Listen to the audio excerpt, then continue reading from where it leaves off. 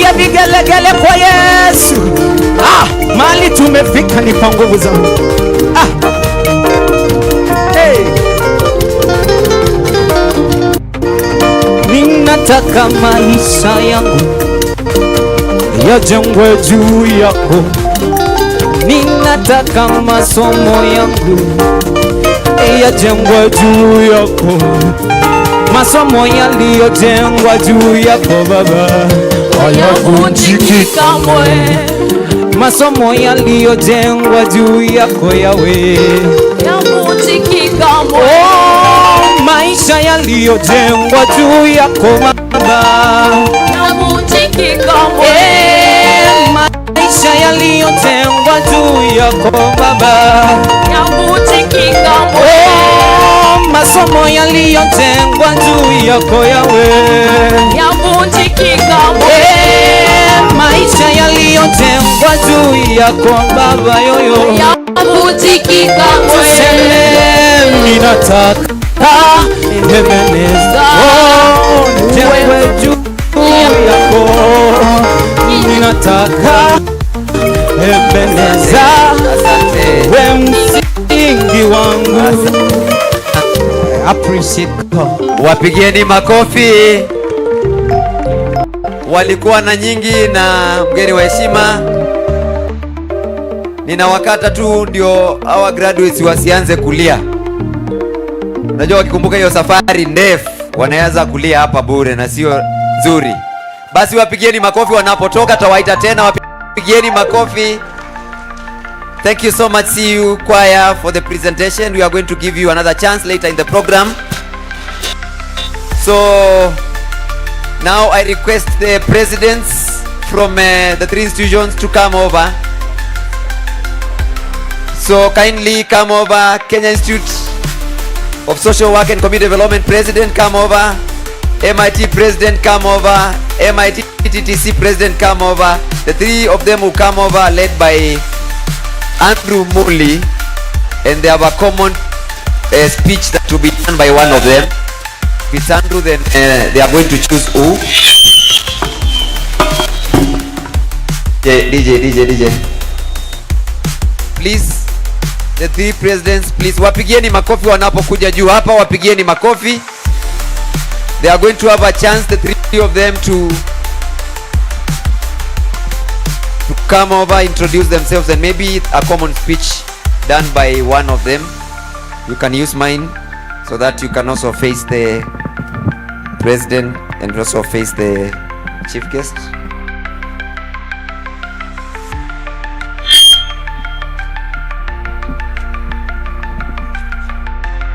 Okay, ladies and gentlemen, good morning. Okay, my name is Emmanuel Memusi, the MIT TTC president.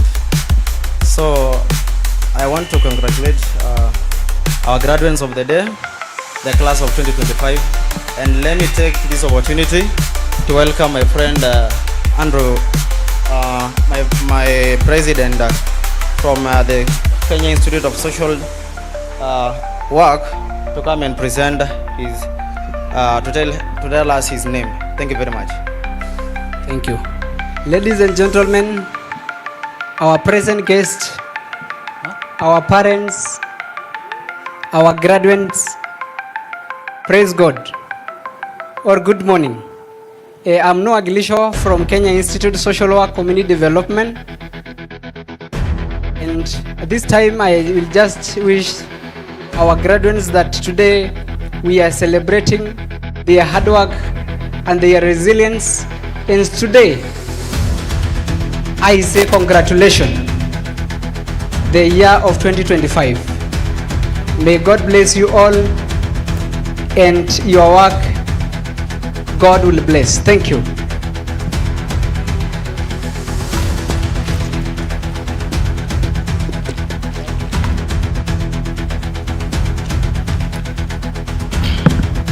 So to our esteemed chief guest, Dr. Peter Kiuluku, our respected, our dedicated principal, our incredible teachers, proud parents, and my fellow graduates, good morning. It's a great honor to stand before you today on this great day of celebration, reflections, and new beginnings. Today marks the end of one chapter and the beginning of another. It's a moment that's both exciting and uncertain. Just like a wise person once said in his speech, you can't connect dots looking forward, you can only connect them looking backwards. We know this journey has not been easy. You faced challenges, pressure, moments of doubt, yet you endured, not only because it was simple, because you believed in yourselves and each other. And that's something to be very proud of. So today's ceremony especially is meaningful because it brings together students from Kiswcd, which is the School of Social Work and Community Development, Machakos Institute of Technology, and Machakos Institute of Technology's Teachers Training College. These three institutions are unique in their own identity, yet each is united in one purpose and vision. So this joint graduation is a celebration of unity in diversity and a reminder that no matter our different paths of study, we all share one common goal: to grow, to serve, and make a difference in the world. Through our learning, we have gained knowledge and skills that will guide us in our profession and throughout our lives, and also in co-curricular activities. So I would like to thank our teachers, parents, guardians, administration, and staff for your guidance and leadership. And to my fellow students, congratulations, congratulations, congratulations, you have made it. So today, as you graduate, let's not celebrate an ending, let's celebrate a new beginning. This is a beginning of new dreams, new challenges, new stories waiting to be written by all of you. Congratulations once again. I and the entire school is truly proud of you. Thank you. Wapigieni makofi maraisi hao. Thank you so much, Andrew Muli, for the speech. Thank you so much, Mr. Memusi, and also Noah Gilisho for the representation. Next on program,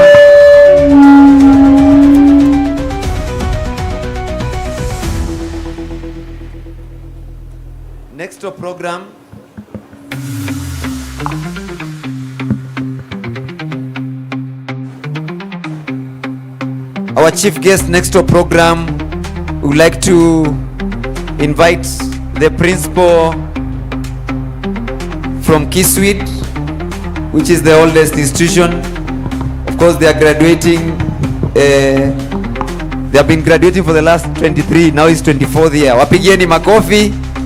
This is the firstborn of the institution. So, Madam Hilda Opio, karibu sana. Wapigieni makofi tena. Karibu.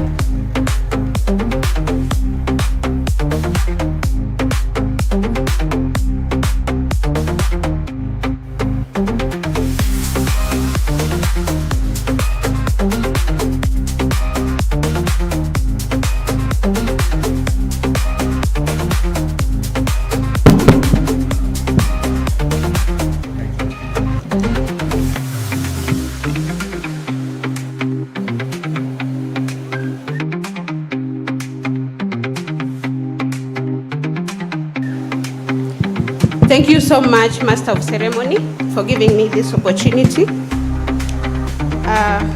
The chief guest, Dr. Peter Kiuluku, Director General ESAMI, Chairperson and members of the Board Governors, Director of Kiswcd, Mr. Miti, Principal of MIT and MIT TTC, the distinguished guests, parents, guardians, sponsors, and partners, members of the staff, and students, our 2025 graduates, both in Kiswcd, MIT, and TTC. Ladies and gentlemen, good morning.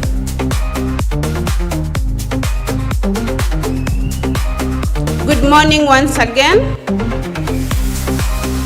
My name is Hilda Opio, and I have a great honor to serve as the principal of Kenya Institute of Social Work and Community Development. Our chief guest, Kiswcd is a registered training institute under the TVET, offering programs in social work and community health development, counseling, business studies, and ICT. We offer both from the level of artisan, certificate, and diploma level, and also we have the short courses, the professional short courses. We are also located in Nairobi CBD at the Southern House, second floor. In Kiswcd, we also have the social work membership division, which brings together professionals from the fields of social work, sociology, psychology, and community development, among others. In the past 28 years, Kiswcd has distinguished itself as the Center of Excellence in Training, Research, and also the community development. It is therefore with great pride and joy that I warmly welcome you all in the 2025 joint graduation ceremony, marking the 24th Kiswcd graduation ceremony, the 14th Machakos Institute of Technology ceremony, and also the 11th MIT Teaching Training ceremony. Today is truly a day of celebration, achievement, and reflection. We gather here not only unwavering support of the parents, the guardians, sponsors, staffs, and also the partners who have worked with us through this long journey. Allow me to sincerely thank our chief guest, Dr. Peter Kiuluku, for accepting our invitation and gracing this important occasion. Your presence today, Mr. Kiuluku, has inspired our graduates and also some of our staffs to also dream bigger, work hard, and serve the society with excellence. At Kiswcd, our vision is to provide competent graduates who can serve locally and also globally. We are proud to have partnered with various organizations, many who are presented here today as guests, to witness and celebrate the great milestone of Kiswcd. Today, we celebrate students of all departments who have successfully completed their studies and passed their examinations. At Kiswcd family, we are deeply proud to have walked this with you all who are graduating from the beginning of your academic journey to this day of graduation. To all the graduates, continue with this spirit of excellency and let this be the beginning of the great academic and professional achievement. Today, graduates, you join the proud alumni of these three distinguished institutions, which is Kiswcd, MIT, and TTC. Your success is the result of the years of dedication and resilience that you sacrificed. You have acquired not only the knowledge, the skills, but also the value to go beyond academics. Values that prepare you to serve, lead, and transform the communities. Remember, education is not an end in itself, but the beginning of a long life, of a lifelong learning, and let this not be the last graduation that we are encountering. Kindly proceed with your academics so that you can come to your graduations until the last level. As you move forward, whether into the employment or further studies, or even the entrepreneurship, I urge you to carry with you the values of integrity, the service, and also professionalism. I want also to appreciate the parents and the guardians and the sponsors who came today. I extend my heartfelt gratitude. Your encouragement, the sacrifice, and unwavering support you made this day possible. Behind each and every graduate that is in the tent, there is a family or a sponsor who believed in their potential, and today you share this success with us. I also want to appreciate the lecturers, trainers, and administrative staffs for dedication and commitment that you serve for us to have this successful event. You have really played a vital role in shaping these young men and gentlemen and women into competent professionals ready to serve society with confidence and also the skills. To our stakeholders, we deeply appreciate your continued collaboration and support towards achieving our mission, and we promise you more of the graduations. Graduates, I want to encourage you to go forth, be courageous and be confident, be the job creators where possible, and if employed, let your work reflect professionalism, integrity, and excellence. Uphold the good name of Kiswcd in whichever place you are, and the student of MIT, the same, and the student of TTC, we are all proud of you. Always remember, success is not measured only by the personal achievements, but the positive impact that you make to the lives of others. As I conclude, let me once again congratulate the class of 2025. May this milestone mark the beginning of even the great accomplishment in the future. Embrace it with confidence, faith, and purpose. I wish you all success, happiness, and fulfillment in your journey. Thank you so much, and may God bless you all.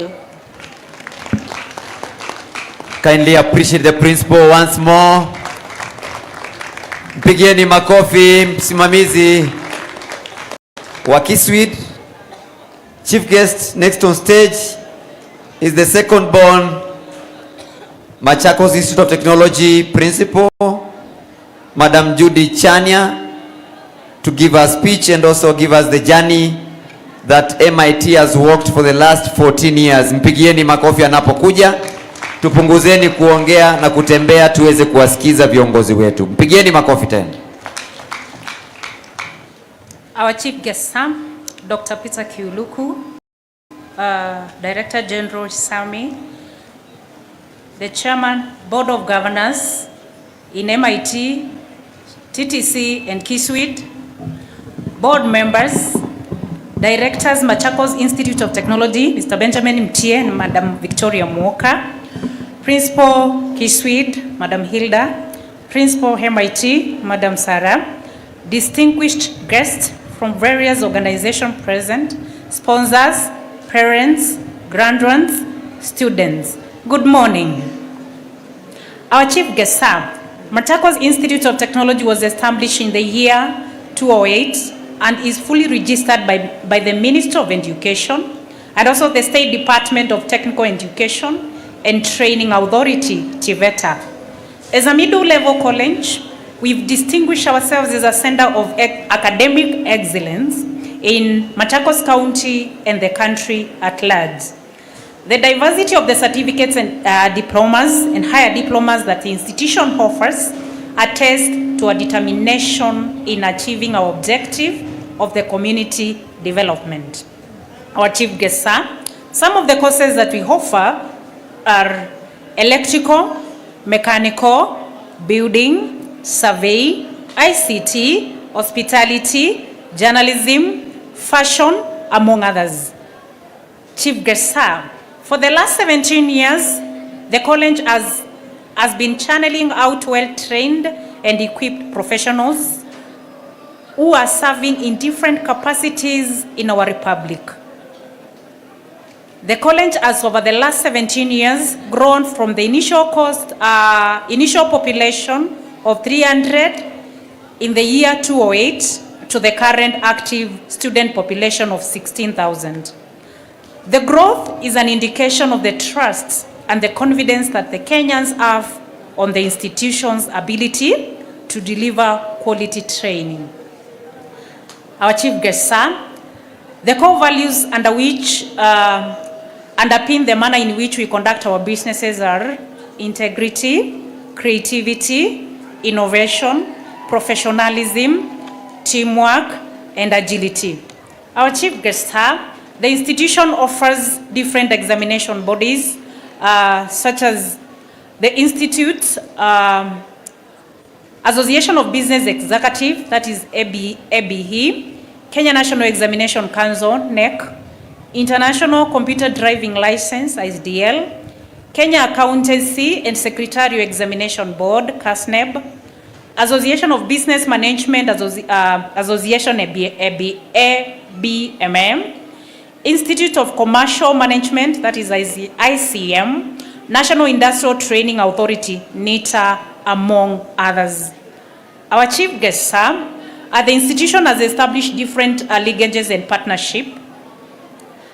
And These linkages help the institution to cut its niche in the market as a center of excellence for the skill training, focusing entirely on the needs of the individual learners and the societal technology needs.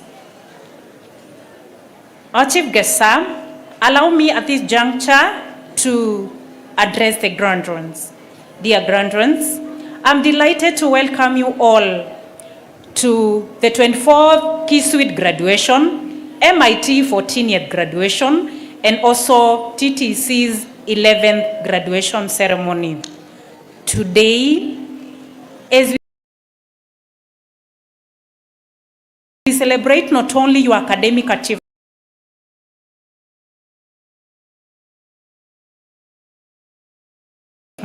but also the incredible person that you are, your kindness, compassion, and determination inspire everyone around you. And I have no doubt that you will continue to make a positive impact in the world. As we stand to cheer you, graduates, to honor you for the hard work you've done to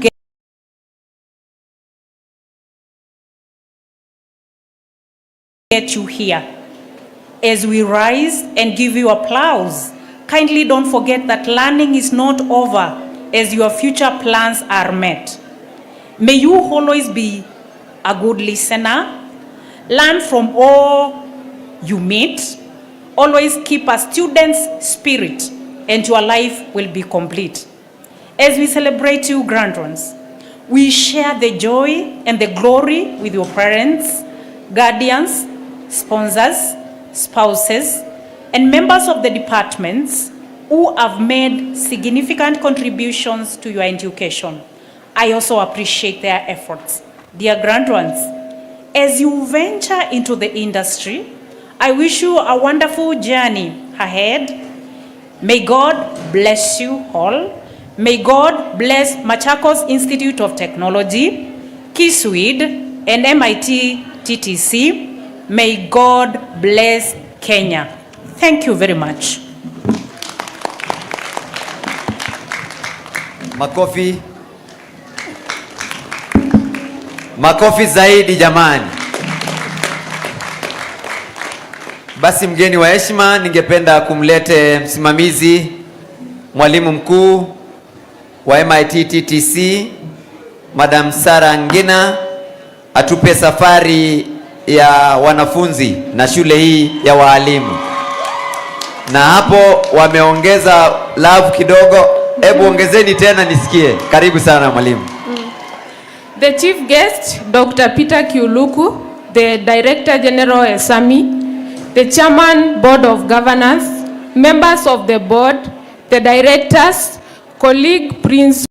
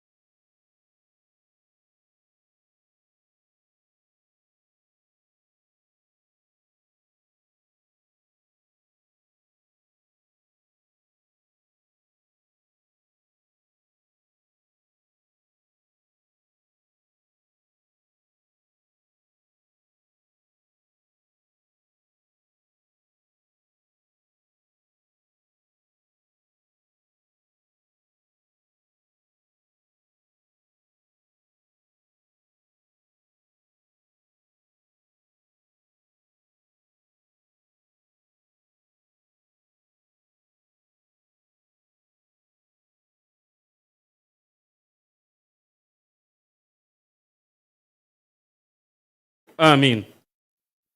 Amen. Tunaweza tukakaa.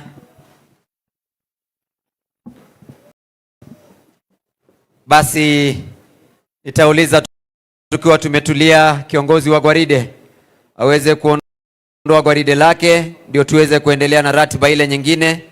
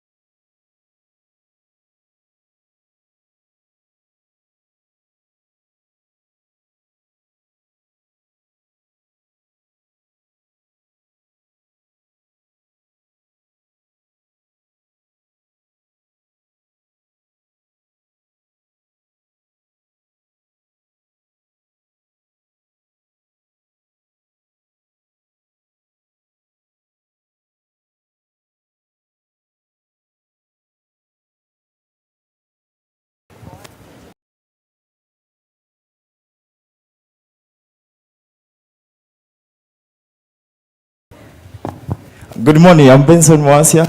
Hii ni timu ya karate MIT. Wewe tunajifunza kidogo na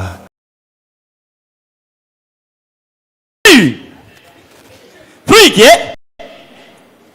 Yummy. Spiritually, Achideti. They have done basic punches, so now we proceed to basic blocks. Spiritually. Wait.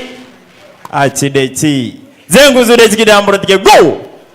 Moving for the whole nini. Jordan ageuke 1 2 3 ke. Retreat uchi huke. Hit.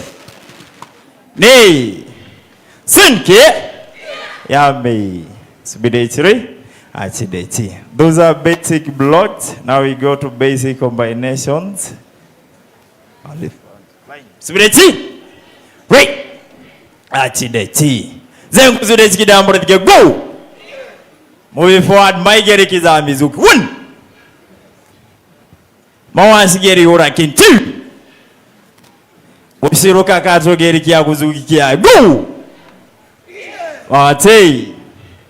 Same go 1 2 3 ke. Yummy. Spiritually. Achideti. Those are basic combinations. So now we do some formation. We begin lower belt. It's called kata. All these two yellow belts. Msibidechi.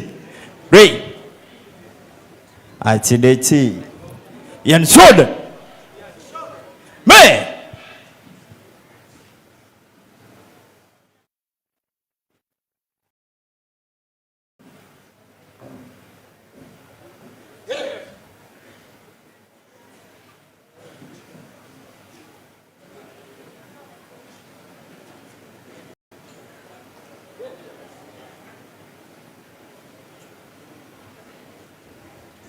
Yummy. Spiritually. Achidechi. That's the first formation for lower belt. Now we go. Let's see what these ladies can do.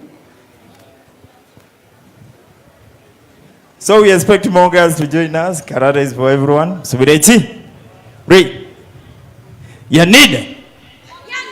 Achidechi. Me.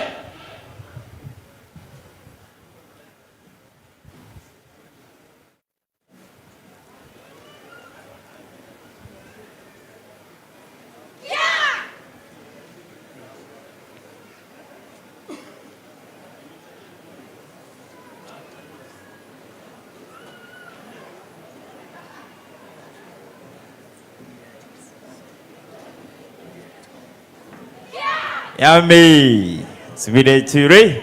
Achideti. Pigeni wasichana wetu makofi bwana. Now we proceed. Tunaendelea kupanda. Spiritually. Pray. June. Mais. B.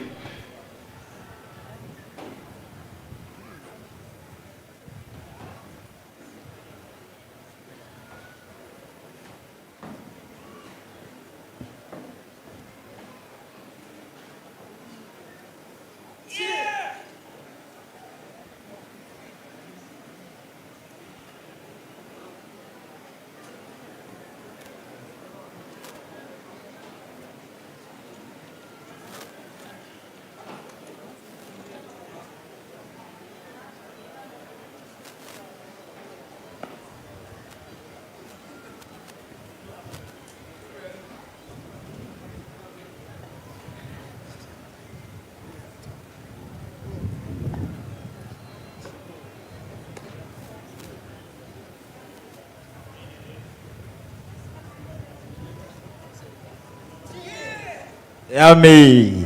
Sweet churi. Achideti. Now we do our last thing.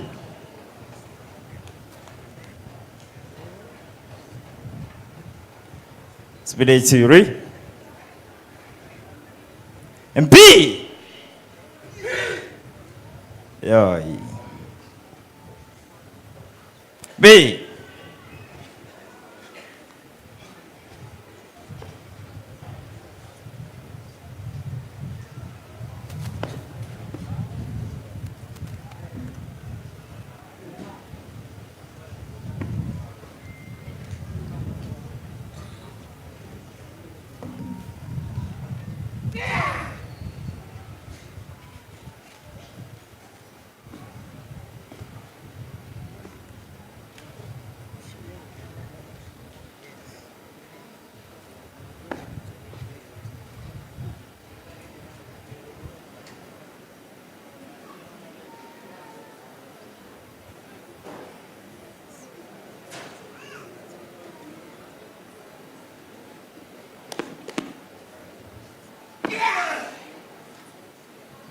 Yummy. So they have done the formation now. Sasa zile techniques wamefanya kuwaonyesha kupigana na hewa. Sasa wacha wapigane na hizo techniques sasa. Proceed.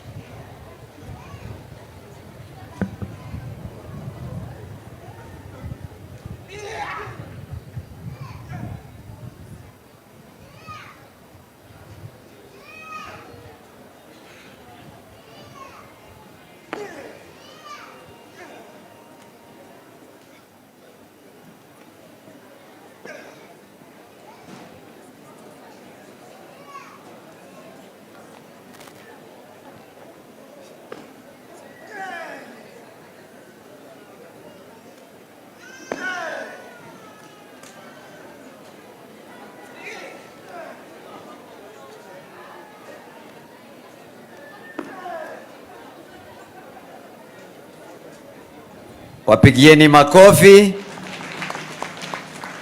Pigieni makofi ama niwaambie wakuje hapo.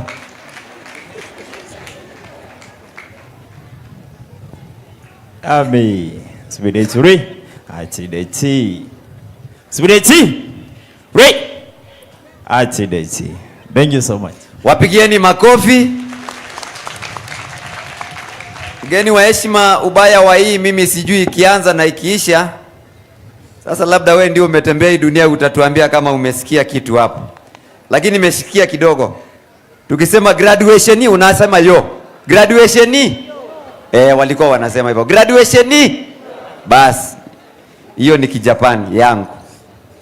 Basi mgeni wa heshima, I would like to present to you our director. Give us a journey of how he has worked with us. With Kiswcd for 24 years, with MIT for 14, and also with MIT TTC for 11 years, as we commemorate and also celebrate this graduation, joint graduation. Pigieni makofi director wetu. Makofi mengi zaidi jamani. Karibu. our chief guest, all protocols are observed.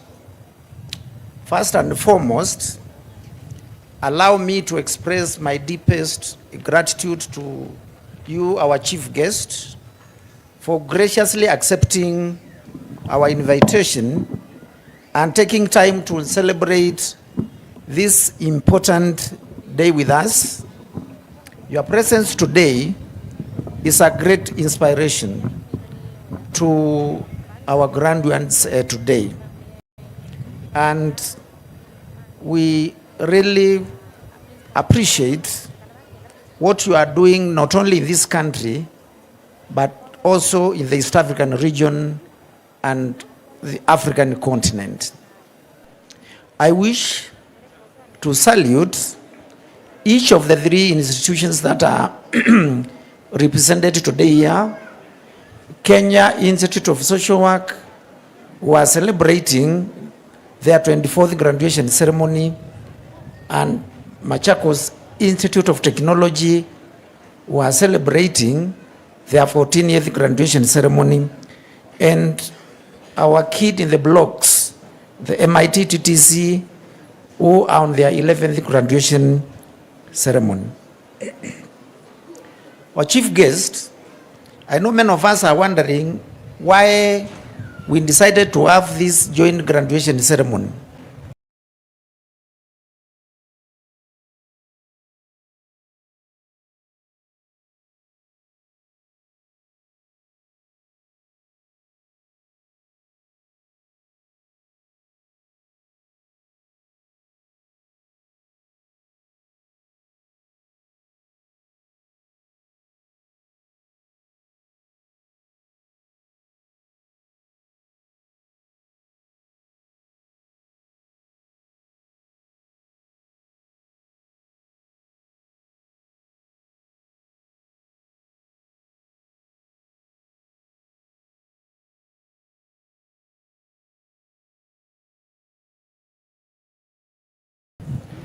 The initiative was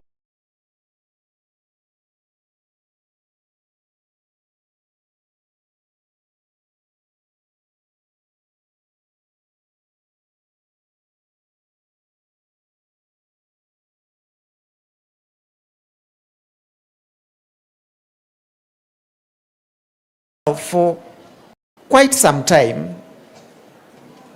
Myself particularly, I have worked with the young people.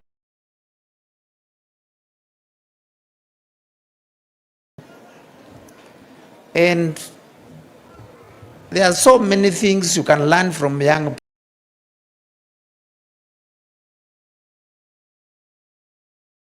people. And I want to share a few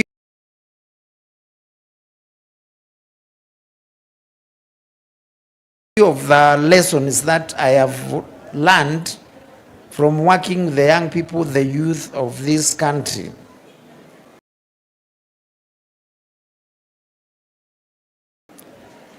First, let me say I've learned a lot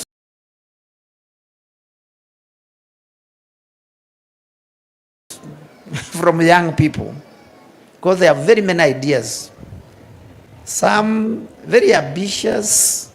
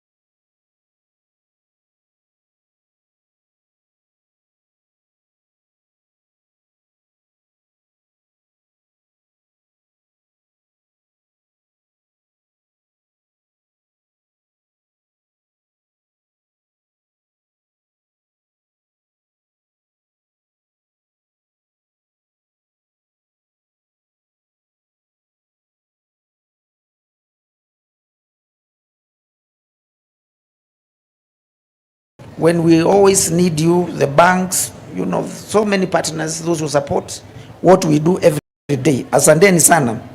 And we will continue working with you so that we can continue benefiting our young generation. What you are going through today, it should not be the end. Those that are in certificate or artisan, there is still another level. Those who are graduating with the diploma, there is still, you know, the bachelor's, the master's, and the PhD. So that is the journey you need to walk, even as you look for something to do after these graduations. So congratulations, and go forth, make this world and the workplace a better place for all of us. In closing, on behalf of the 3 institutions and the organizing committee, I would like to sincerely thank every single person who has made this day a success, and to our chief guest who had to travel all the way from Tanzania to be with us. Thank you for honoring us with your presence, and we will not forget this day. Thank you, and God bless all of us. Asanteni sana.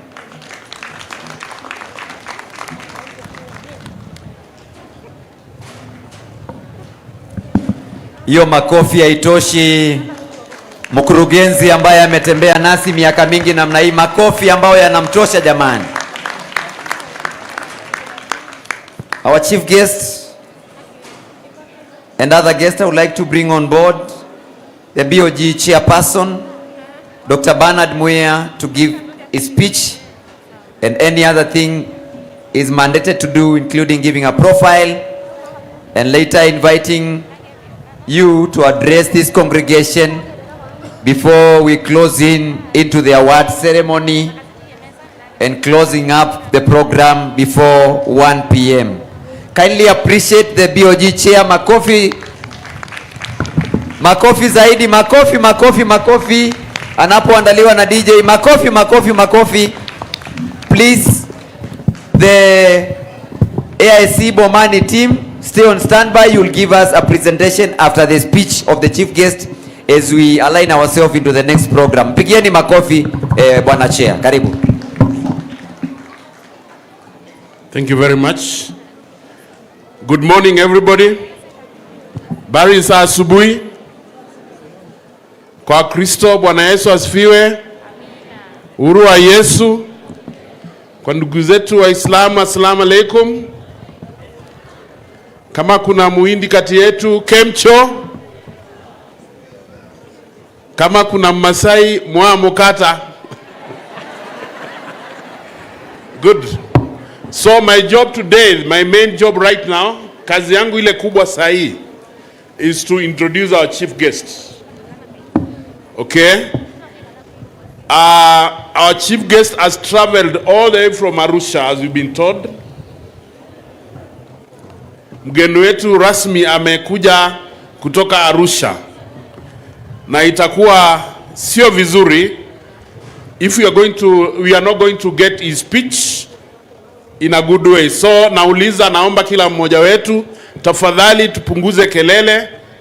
Upande huu nasikia kelele kiasi, please. This side. Please, let's listen to our chief guest in silence.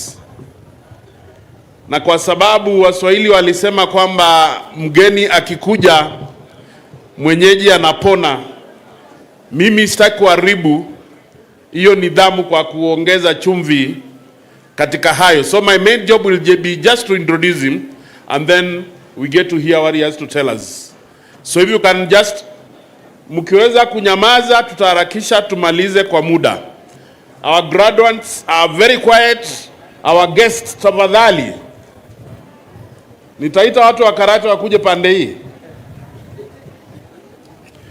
So, before I introduce the chief guest, I have some of my colleagues from the 3 institutions.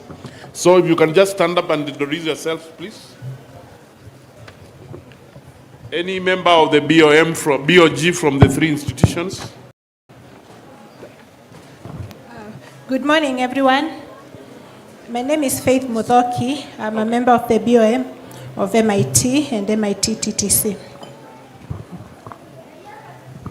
Benjamin Mutie, a board member. Judy Chania, Secretary, MIT. Hilda Opio, Secretary, Kiswcd. Sarangina, BOM member.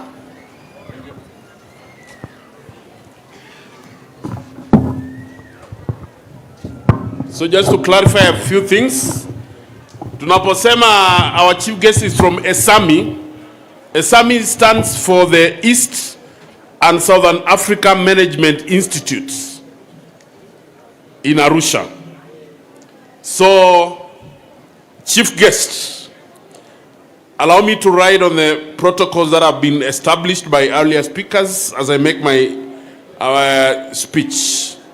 Allow me also to take this opportunity on behalf of the governors of MIT, MIT TTC, and Kenya Institute of Social Work and the entire family to thank you most sincerely for finding time to come and preside over this 2025 joint graduation ceremony as our chief guest and speaker.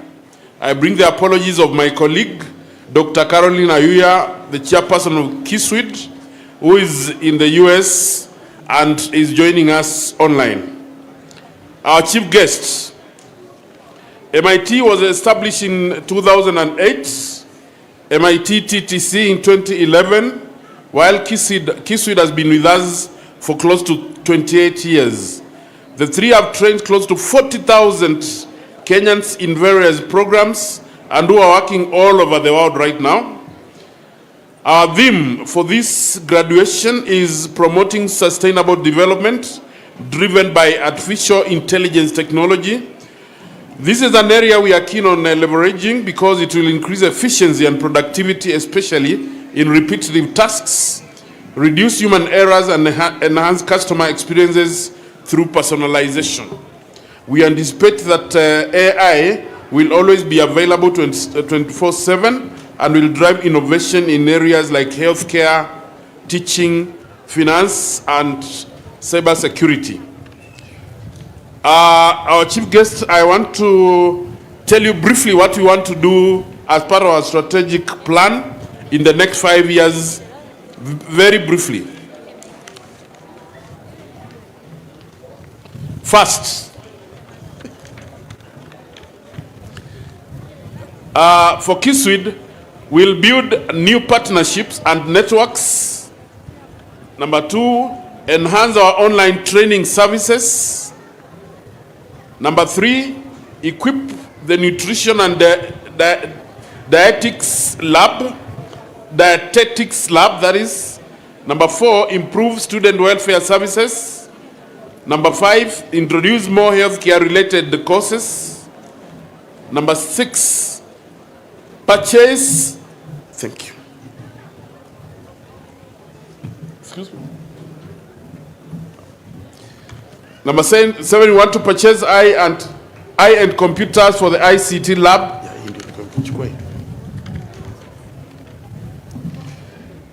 Number seven, transition to a CV, to curriculum development and certification council.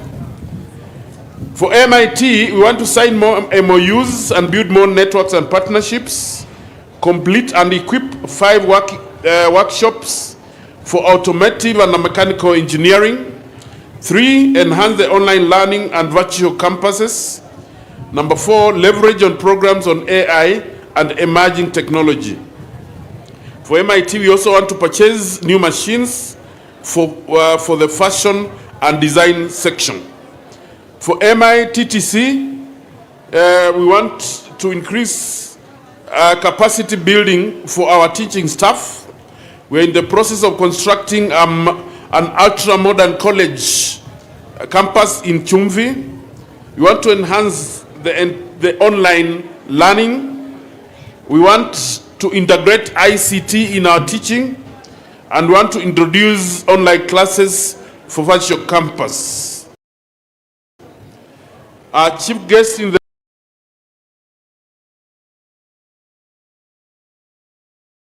recent past, we have identified many partners who have been willing and are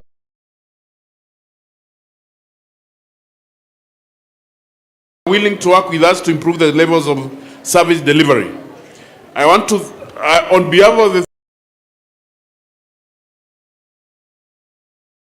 three institutions, I wish to thank all the partners who have worked and continue to work with us.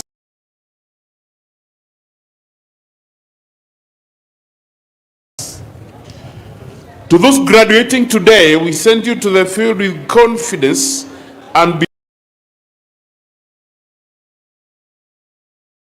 that our institutions have afforded you a good opportunity to learn and prepare for your future as creators of opportunity and value addition. To our parents,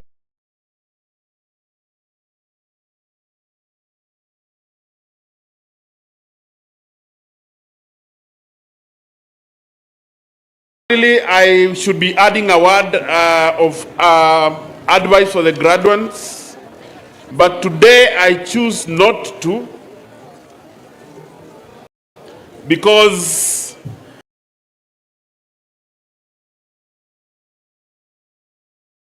the man that is coming to speak to you is somebody that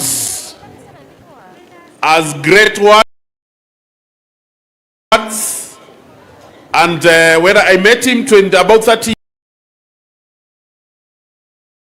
years ago in Arusha on different missions, and he gave me some good words, very good words that have worked for me. And because he's our guest, I will not want to say those words, because I have requested him to repeat the same words that he gave me and that have worked for me, especially the need to add more diplomas, more degrees therein. So, this is the man that I bring to you in a few. Dr. Kiuluku is the Director General of the East and Southern Africa Management Institute, ESAMI, and has been the Director General as over 18 years executive leadership and management experience. Previously, he served as Director of the ESAMI Business School and Executive Director of the Trade Policy Training Center in Africa,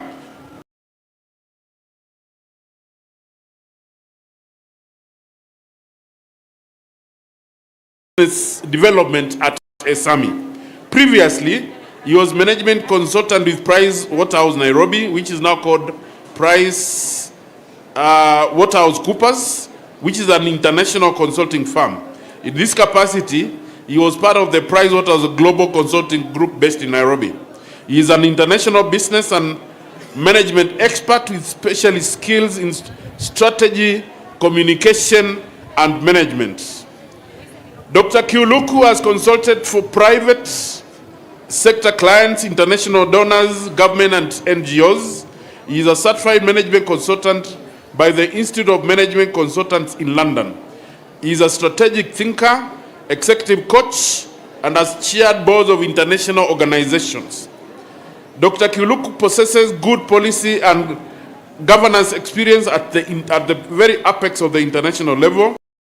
He is a certified balanced scorecard consultant and has built a reputation as a thorough leader and is a published author. He holds Bachelor of Education degree from Kenyatta University. Hapo ndio mnasikiliza kwa makini. He holds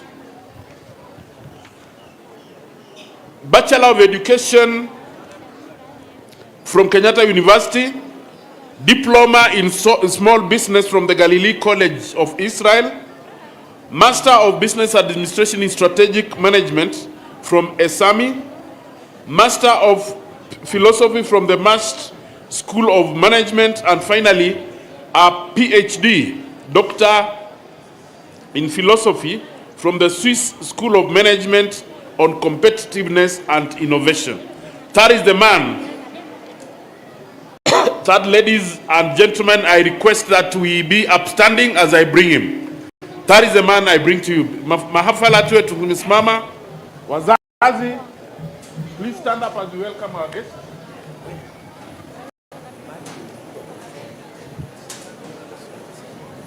Before he speaks. Good. And before my friends, the chief guest gives his speech, I only brought him so that you appreciate the man that is here. The band will do a piece as he starts his speech.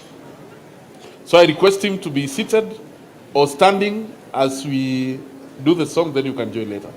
Thank you. You can sit down. Wanabendi kwa ajili ya kutukaribishia mgeni wa heshima, please.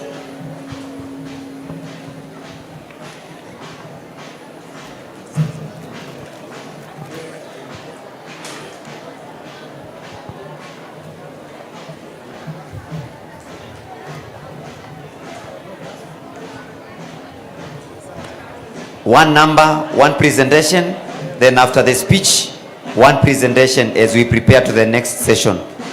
So don't go too far for the next session after this.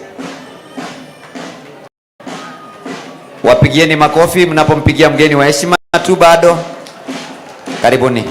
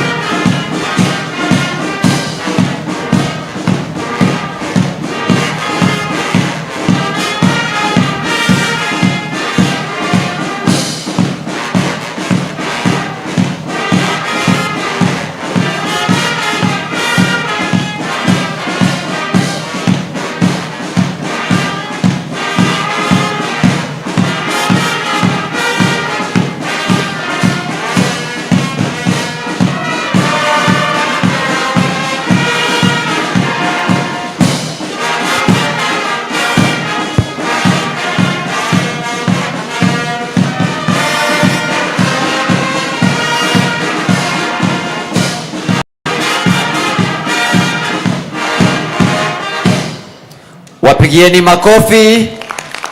Basi tukiwa tumesimama tumkaribishe mgeni wa heshima. Tusimameni sote kwa ajili ya kumpokea mgeni wa heshima. Tumpigieni makofi anapokuja kusimama nasi. Chairman.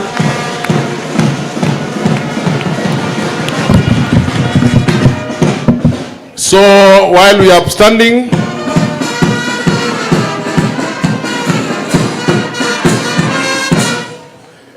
our chief guest is our singular honor and privilege to invite you to address the congregation.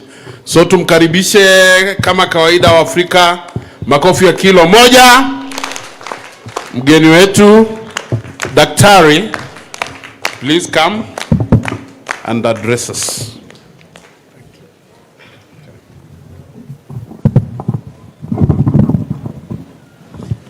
Thank you. We can take our seats.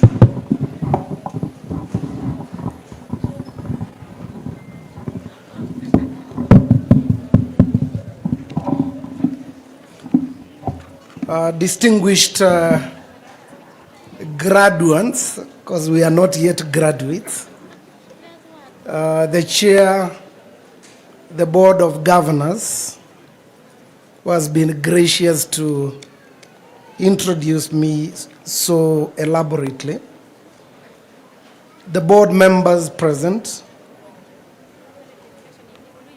the director, Mr. Mutie, the principals for the three respective institutions, MIT, MIT TTC, and the principal Kiswcd, the faculty, distinguished and very dedicated parents and guardians,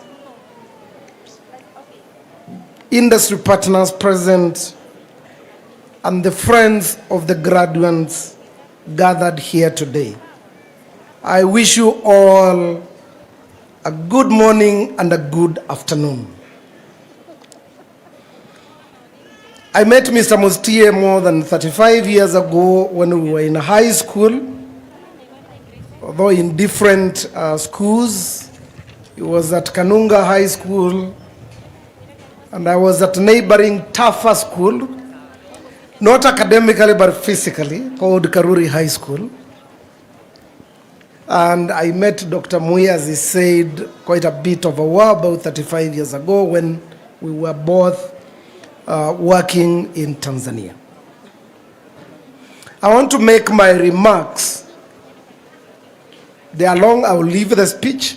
I'll try to see how I need to say the longer version in a few words. Today marks a very important occasion. This is more than a graduation ceremony. It's a milestone of transformation, because today, this event marks the crossing of a threshold from potential to purpose. We are moving from potential to purpose. We are moving from learning to leadership, and from our aspirations to action. This is for you graduates. Moving from potential to purpose, from learning to leadership, and from aspiration to purpose. So we are gathered here not just to witness your success and achievement, but also to honor your journey and recognize the values that have shaped you in these three institutions. I've got about 8 points that I want to make. I start by commending the unity of purpose and togetherness, by remembering the Latin saying that unus pro omnibus, omnes pro uno. One for all for one. Dear graduates, in a world that often rewards competition, the three institutions have chosen collaboration. And in an environment where individualism is celebrated, you've embraced teamwork and togetherness. You come from three different institutions, yet you are here standing together.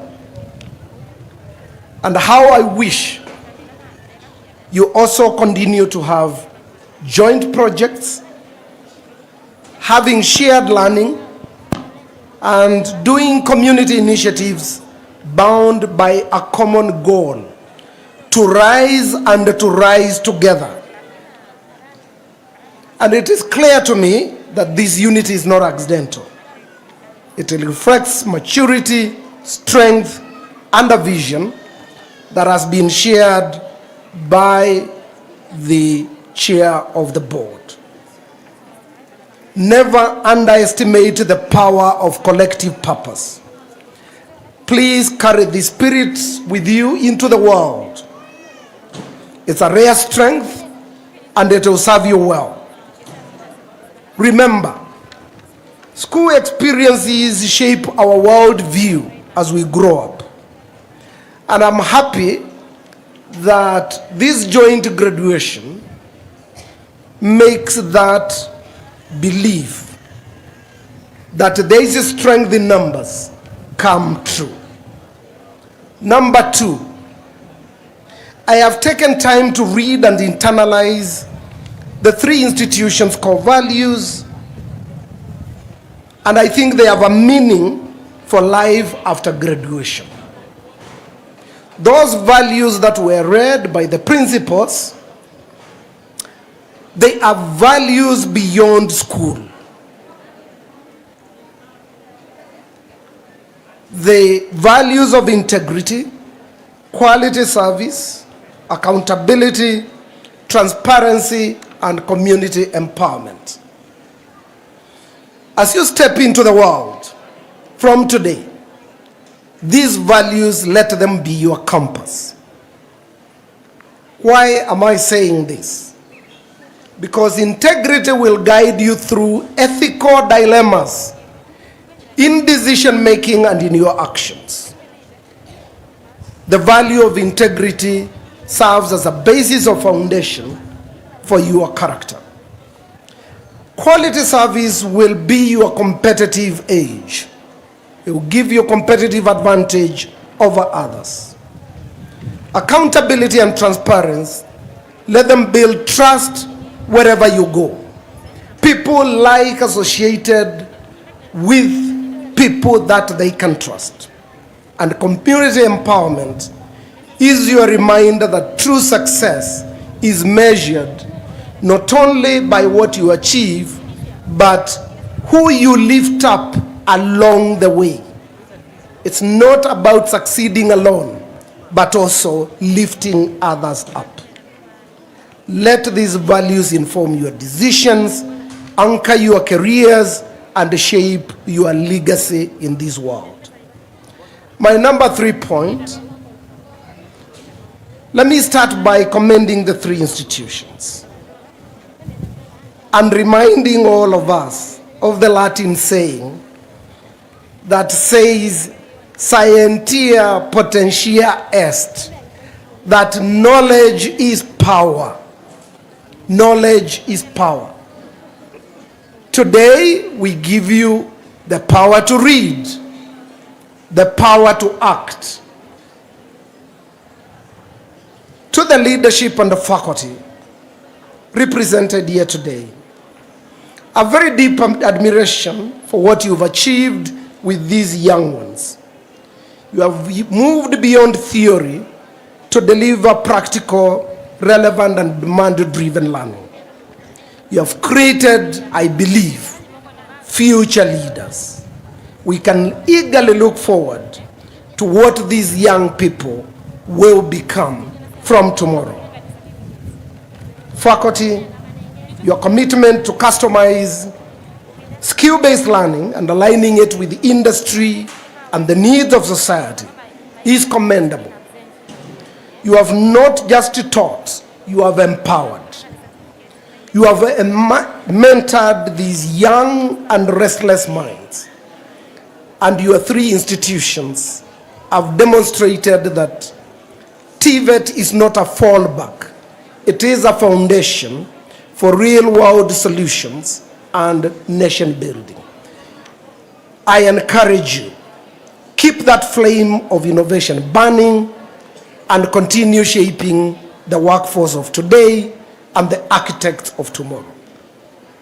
Number 4, I would like to recognize the institutional and individual achievements. We know the old saying that hard work conquers all. And in view of this, it is important to recognize and celebrate progress. The graduates, together with your lecturers, deserve my praise. As a team, you have delivered success through hard work, and we are gathered here today to celebrate that success.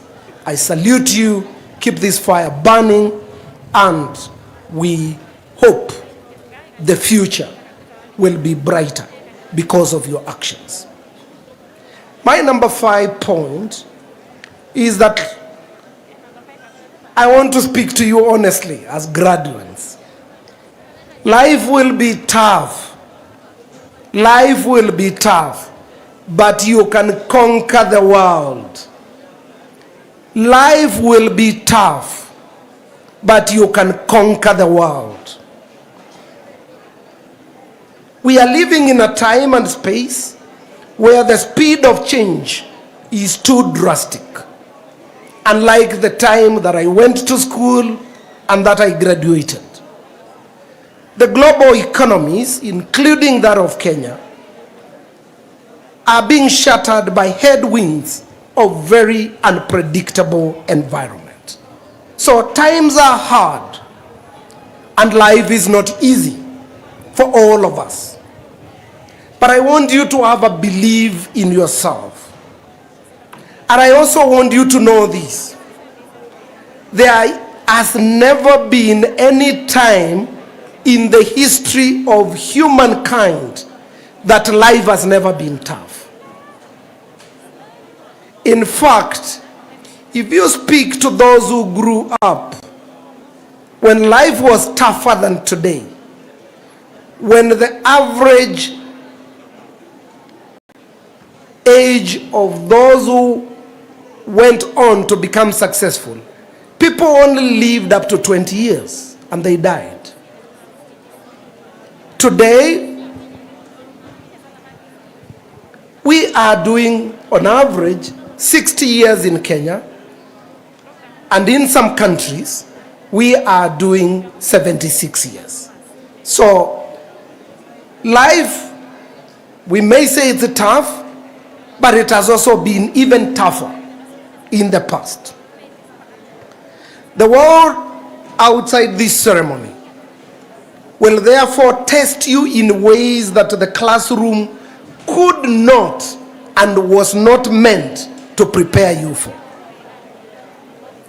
What was in the classroom and what you will start encountering, you may not necessarily have been prepared for that. But you've been prepared adequately to confront those challenges.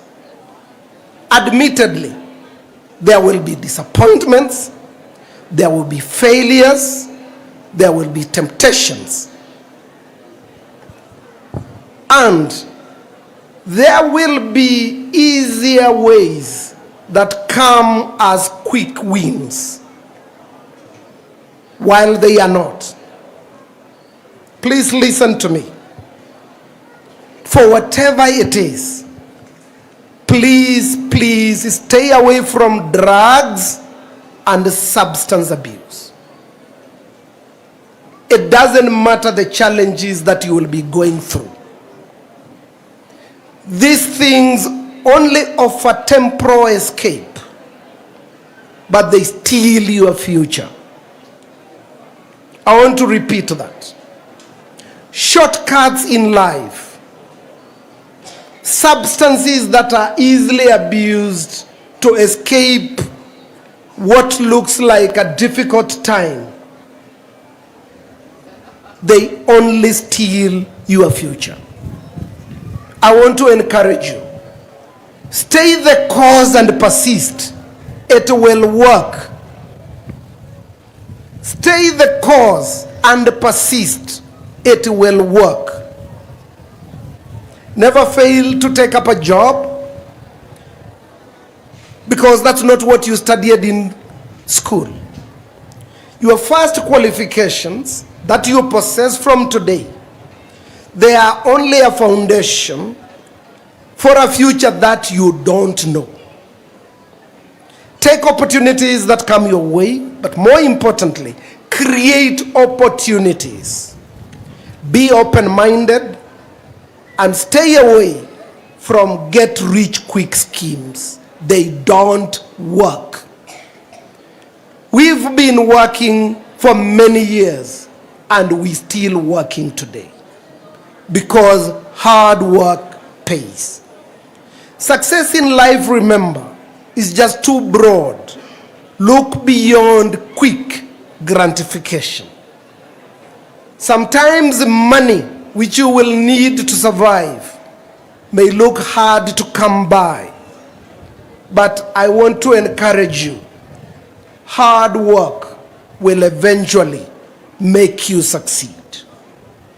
In a world where the internet is pervasive, which is the theme of this graduation, the artificial intelligence, which is changing the world in ways that 10 years ago we could not imagine.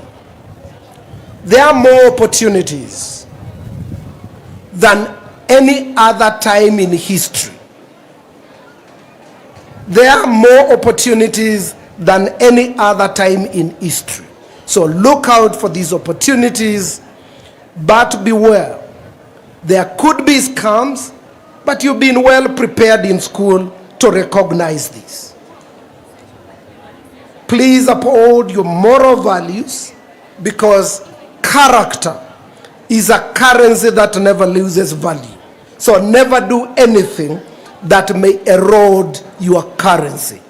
Character is your currency. Character is your currency. It gives you reputation, and that's what we look out for.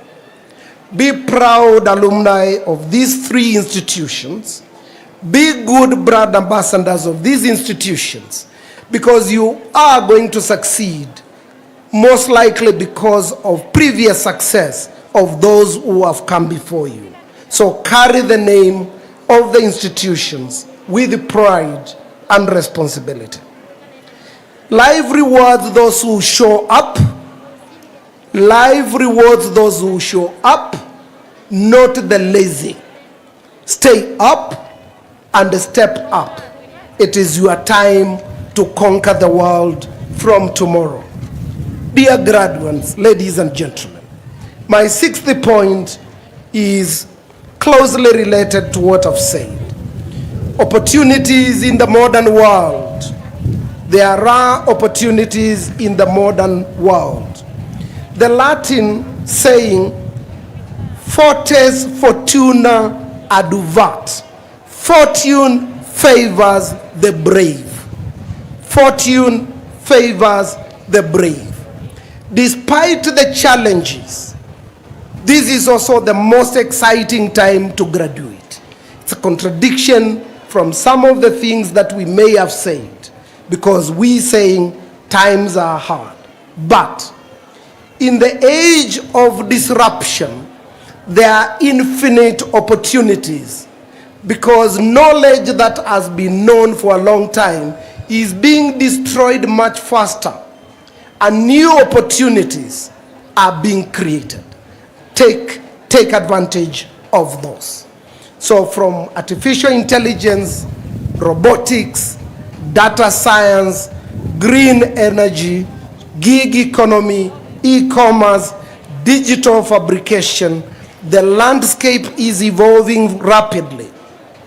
And this presents the greatest opportunity for graduates not in universities, graduates from colleges like the 3 institutions that you graduate from today. So why do I say this?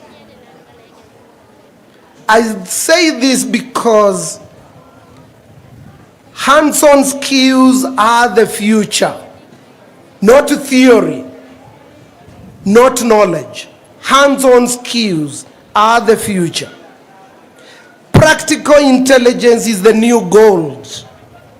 Skill coupled with emotional intelligence is the new gold standard to succeed in work and personal lives. But opportunity will not wait. So keep learning, keep updating your skills, and keep exploring. Your certificate is not the end. It is just the beginning of lifelong learning. Those of you with the certificates, let's upgrade to diplomas. Those of us with the diplomas will encourage to upgrade to degrees. And those with the degrees at basic levels to advanced levels of masters till the world will not be the limit. He who does not advance falls behind. Please keep advancing. Ensure you don't fall behind. Knowledge is being generated and destroyed at an alarming rate today. But remember, you need skills. You need to know how to do things. That is a skill. Knowledge, let us remember, is not the same as wisdom. Let us seek the ability to do, but better still, let us seek wisdom, because it enables us make better decisions. Wisdom enables you to have better emotional intelligence.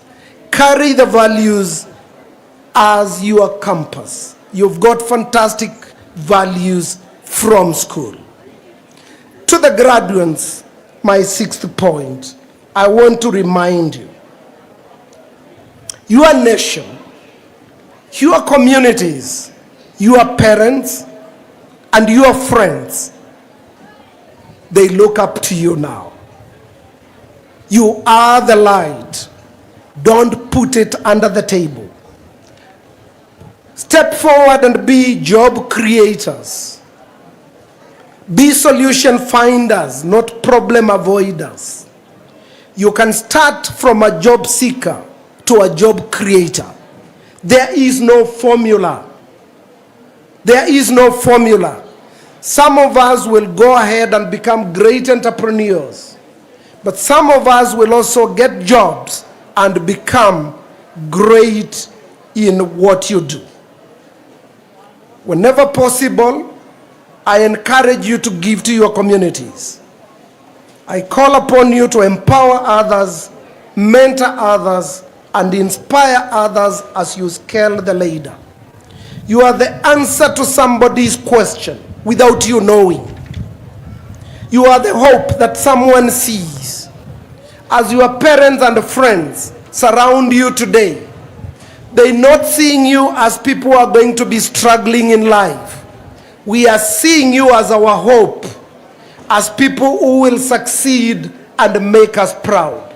And that's why we've come this far to be with you on this great day. To the 3 institutions, as I close, I want to speak to you because you've done remarkable work, but you can still do greater things, as you have eloquently said through your board chair. So move forward to do the things that you've said, so that future graduates will even have better facilities. I encourage those of you with the bigger ambitions to try to Google ESAMI. Our website is esamiafrica.org. We operate in 34 African countries and across the world.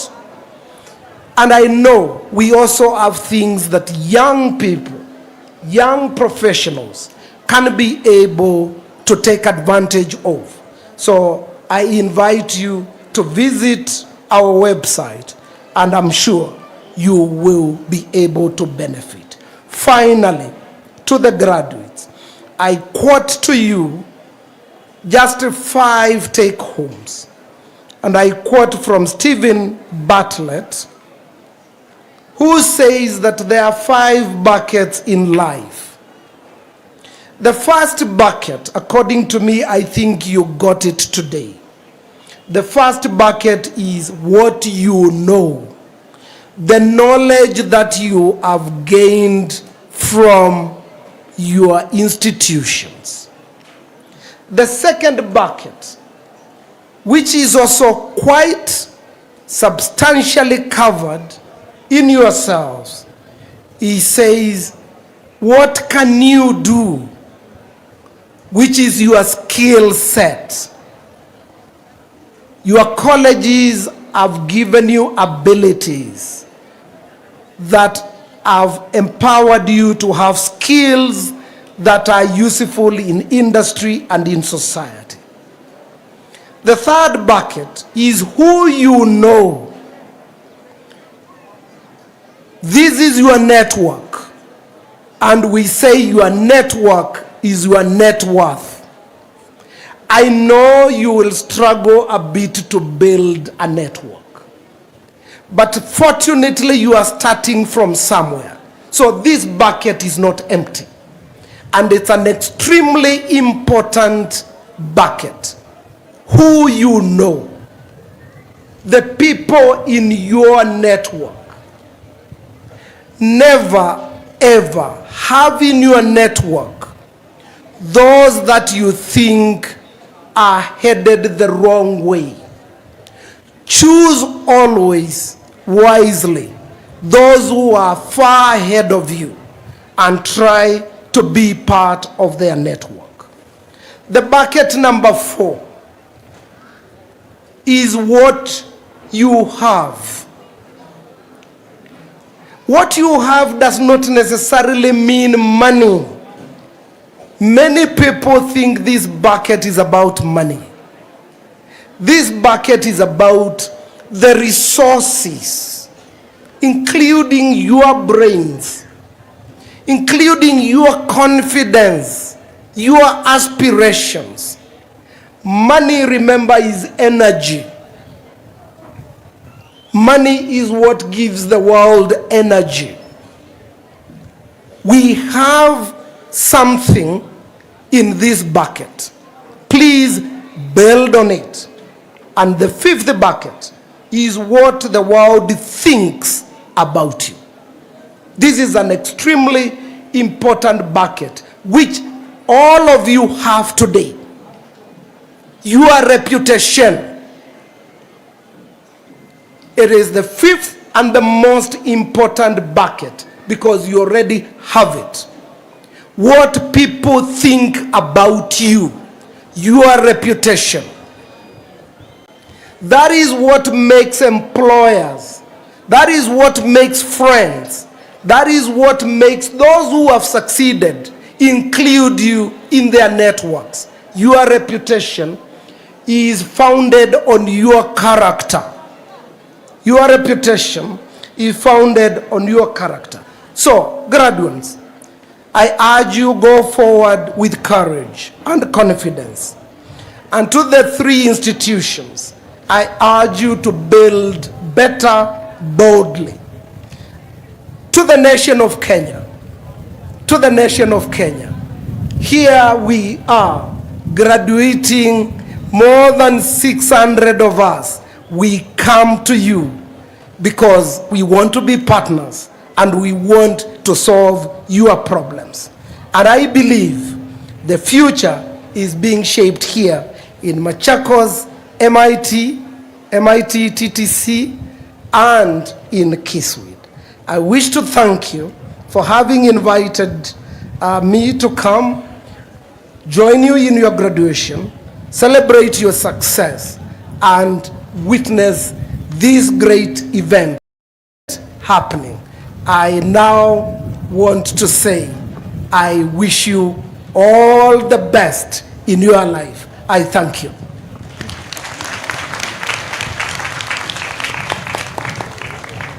Kindly appreciate the chief guest once more. Graduates, as we transition to the next phase of our program, I just wish you get to know the man that was talking to you. He has benefited some of us, greatly imparted knowledge to so many of the people along the way, young and old. So kindly go and research him more and research more on ESAMI and get to understand his speech more. At least mimi nimesoma lugha ingine, so nimejua kuna kitu inaitwa Soundia Potentia East. Umesoma nini? Basi, I would like to request Bomani IIC to come and give a number as we organize ourselves for the next phase. Chief guest, mgeni wetu wa heshima ningeuliza, and director to help us guide the chief guest on how best, including the chair, on how best we are going to approach the next phase. Now you guide the chief guest, because we are going to call the next phase of our program would be led by the examinations officers for the respective institutions. But before I call the examination officer for Kiswcd, Madam Diana Mugubi, nitauliza hivi. Graduates, kama mnaniona tuinue mkono namna hii. Hebu pungeni mkono kwa chief guest hapa juu. Now can we remain silent? This is the most important part of your day. This is the most important part of your day that you have been waiting for 2 years or even more. So can we remain silent so that we can hear our names? Na ikuwe nzuri. Wazazi mnaniona? Hebu kama wazazi mnaniona mnipungie mkono namna hii. Upande ule nipungieni mkono kule mwisho. Huu ndio wakati muhimu zaidi. Apart from listening to our chief guest, ulikuja kusikia kama jina lako la mtoto wako ama la dada ama ndugu liko hapa. Can we keep silence please? Can we be still? Can we minimize movements now? Because we are going to read over 400 names. Na tunataka usikie jina la mtoto wako ndio ujue kama alikuwa shule ama la. Ndio sikuwe jamaa aliingia pale akachukua gauni tu na akakuja hapa. Whatever definition of the moment that defines that he was in school or she was in school is the names that will be read out and awarded by our chief guest. Wazazi upande umenisikia? This is the most important day and time for your child. Tupunguze kutembea, tunyamaze kimya. Kama uko na mtu karibu mwambie basi. Nitauliza chief guest, I will ask to invite the examination officer, Madam Diana Mugubi from Kiswcd, to present the graduates for the awards of certificates and diplomas in the order that she is going to give us. Kindly transition led by the principal.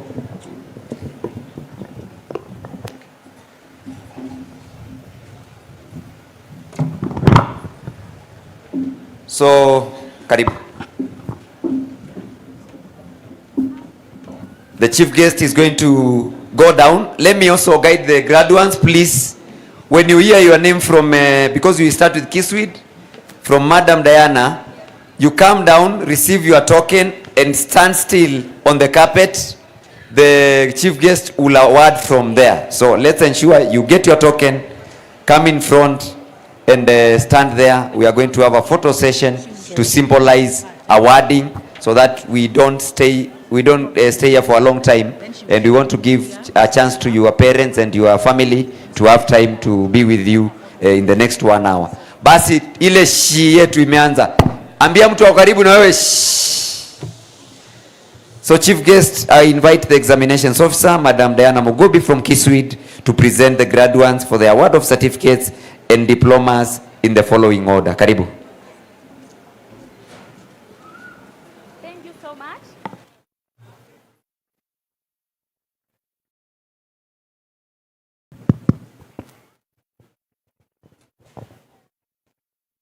Thank you so much, our Master of Ceremony. Thank you so much, our Master of Ceremony. Our chief guest, Dr. Peter Kiuluku, Director, BOM Chairperson, BOM members, present, Principal. Shortly, madam, please, let's allow the year out. So let's get a better microphone, please.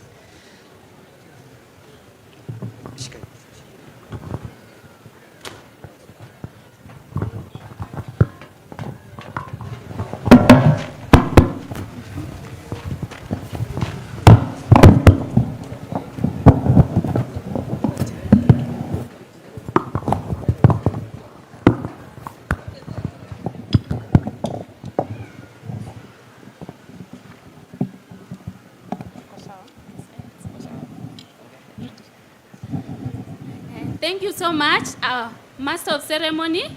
Our chief guest, sir, Dr. Peter Kiuluku, Director, BOM Chairperson, BOM members, Principal Kiswcd, Principal MIT, Principal MIT TTC, distinguished guests, all staffs, parents, graduates, ladies and gentlemen, good afternoon. It's my pleasure to present the class of 2024/2025 academic year for the award of certificate and diplomas.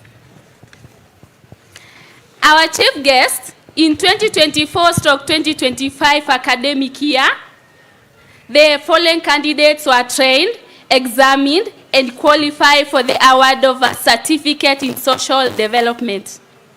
Second class, Luz Katita Parinakaya. Credit, Breda Kirote. Kadieki Masi Njoki. Isaya Itale. Limelita Linet Seneia. Miriam Mwende Wilson. Njeru Naomi Wanja. Pass, Charlotte Weka Lihalanga. Wycliffe Paul Owino. Our chief guest in 2024/2025 academic year, the following candidates were trained, examined, and qualified for the award of a certificate in social work and welfare. Distinction, Alex Chege Diragu, Esther Elizabeth Monte, Eva Nyakio Kijangi, Hazel Wairimu Barae, Joy Jeruto, Lavin Akod Ogaga, Matasha Laisi Isaac, Mungai Blessing Lilian Wanjiku, Mwangi Faith Waidira, Zamzang Sala Abdile. Credit, Angela Anyango Omolo, Barasa Jenfa Jean Tumaini, Cecilia Nashipai Tanini, Elizabeth Acheng Onyango, Godfrey J. Kikonyo Kiiru, Joseph Mudenyo Bwire, Michelle Margaret Matthew, Nuru Mbeyu Sleiman, Sharon Mudhoni Washira, Wanjiku Margaret Wanjiku, Zulfa Karisa Charo. Pass, Samuel Chik Chungu. Second class, Ilhan Nadra Adan. I now take this opportunity to welcome our chief guest to award the graduates. Makofi. We go here. Yes.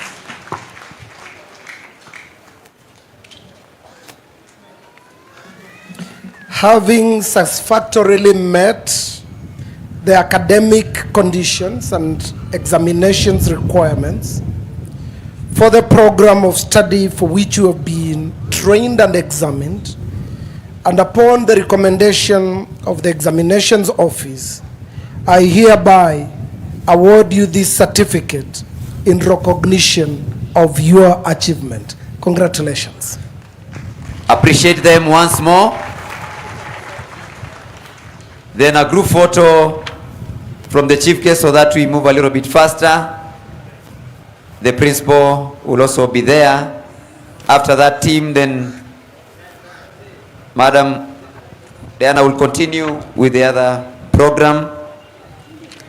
Wapigieni makofi.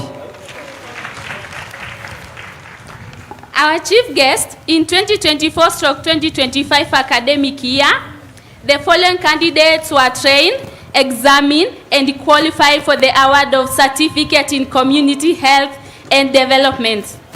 Second class, Abigail Ntuna Nteseia, Angela Muli Muimi, Did Tadicha Galgalo, Dorot Sianoi Pario, Esha Said Shauri, Esther Kerenge Nayanoi, Galmo Anna Halake, Grace Naisaku Kukton, Joseph Chol Gak, Maureen Awino Ouma, Mace Sylvia Naneu, Moses Ntaia Mushe, Naomi Cherugut, Nasibo Adi Godana, Ntela Natengena Jocelyn, Rahima Dabaso Guyo, Saitoti Oslik Shungea, Sarah Biar Nyar, Sosoika Geoffrey Makuria, Wycliffe Joyce Atieno. Credit Najma Muhammad Ali, Jedi Kebo. Our chief guest in 2024/2025 academic year, the following candidates were trained, examined, and qualified for the award of a Certificate in Counseling Psychology. First class, Priska Chwea Anjichi. Second class, Abigail Sanaipei Pasitau. Francis Gatura Karanja. Jessica Ndungu Kimuyu. Lucy Ayuma Osogo. Samuel Waweru Njuguna. Credit Ramadan Ali Mtembezi. Our chief guest in 2024/2025 academic year, the following candidate was trained, examined, and qualified for the award of Certificate in HIV/AIDS Management. First class, Robert Mzimi Ndambuki. Our chief guest in 2024/2025 academic year, the following candidate was trained, examined, and qualified for the award of Certificate in Public Relations. Credit Seinab Muhtari Mohammed. Our chief guest in 2024/2025 academic year, the following candidates were trained, examined, and qualified for the award of a Certificate in Information, Communication, and Technology. Credit Marabale Jackson Ngao, Samuel Nyamawi Chari. Our chief guest in 2024/2025 academic year, the following candidates were trained, examined, and qualified for the award of a Certificate in Human Resource Management. Credit Aaron Collins Otieno, Omari Anastasia Biyaki. Our chief guest in 2024/2025 academic year, the following candidates were trained, examined, and qualified for the award of a Certificate in Nutrition and Dietetics Management. Distinction Gabriel E. Soila, Noah Gilisho. Credit Lilian Kagwira Njeru, Maureen W. Masharia, Tabitha Njeri Ndungu. Pass Nyambura Karanja Shanice Nicole. I now take this opportunity to welcome our chief guest to award the graduates.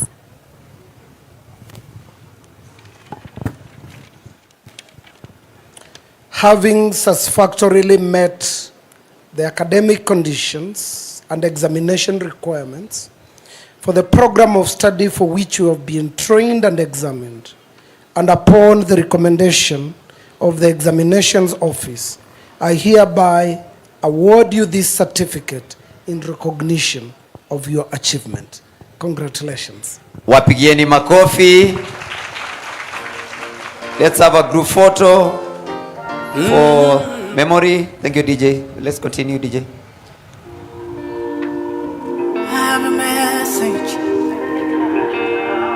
Congratulations, wapigieni makofi tena. Thank you, chief guest. Let's continue, Madam Diana. Our chief guest in 2024/2025 academic year, the following candidates were trained, examined, and qualified for the award of a Diploma in Community Development. Distinction: James Mary Nachichi, Ruth Nzinza Mutuku. Second class, Alice Juma Otieno. Our chief guest in 2024/2025 academic year, the following candidates were trained, examined, and qualified for the award of a Diploma in Social Work and Welfare.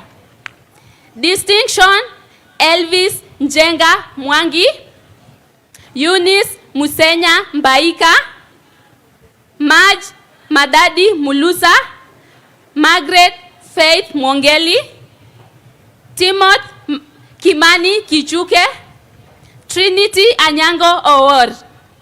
Credit: Preda Kirote, Charlotte Weka Lihalanga, Faith Nduta Nchege, Kadieki Masi Njoki, Jane Ogola Okech, Jane Nyokabi Loishie, Limelita Linet Seneia, Mungai Alice Wambui, Naomi Wanja Njeru, Wycliffe Paul Owino. Our chief guest in 2024/2025 academic year, the following candidates were trained, examined, and qualified for the award of a Diploma in Social Work and Welfare. First class, Dennis Mwiriki Michubu, Lisa Dama Kombe. Second class, Anne Buliba Shitote, Galigalo Dida Jarso, Zamzang Hassan Galgalo. Our chief guest in 2024/2025 academic year, the following candidate was trained, examined, and qualified for the award of a Diploma in Project Planning and Management. First class, Peter Munyao Mutunga. Our chief guest in 2024/2025 academic year, the following candidates were trained, examined, and qualified for the award of a Diploma in Disaster Mitigation and Management. First class, Paul Emmanuel Omolo. Second class, Musa Leparkiras. Our chief guest in 2024/2025 academic year, the following candidates were trained, examined, and qualified for the award of a Diploma in Gender and Women Empowerment. First class, Mary Nigoro Nyamawi, Nikita Nyamoita Moreno. Second class, Teresa Nyacha Kong. I now take this opportunity to welcome our chief guest to award the graduates. Having satisfactorily met the academic conditions and examination requirements for the program of study for which you have been trained and examined, and upon the recommendations of the examinations office, I hereby award you this diploma in recognition of your achievement. Congratulations. Wapigieni makofi. A photo for the chief guest, the principal.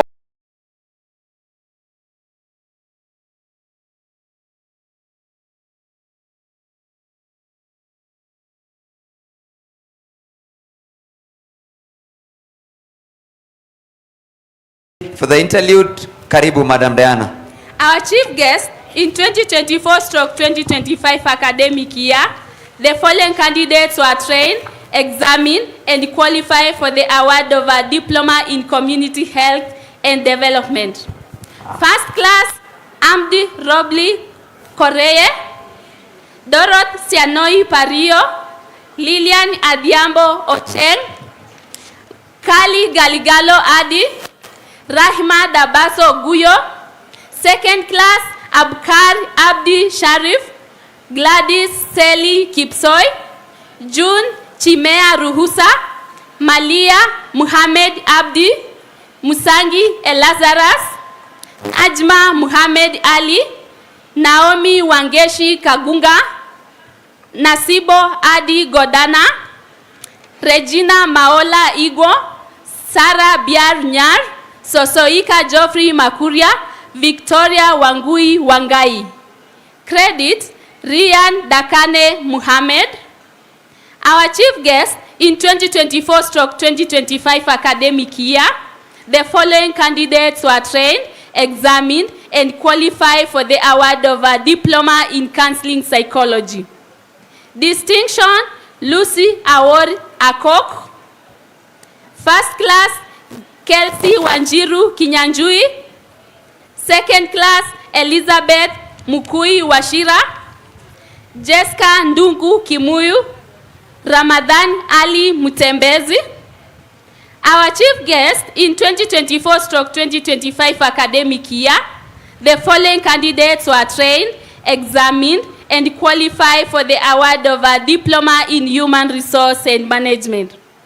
Credit, Kiserian Jacqueline Sanaipei, Yusuf El Malim.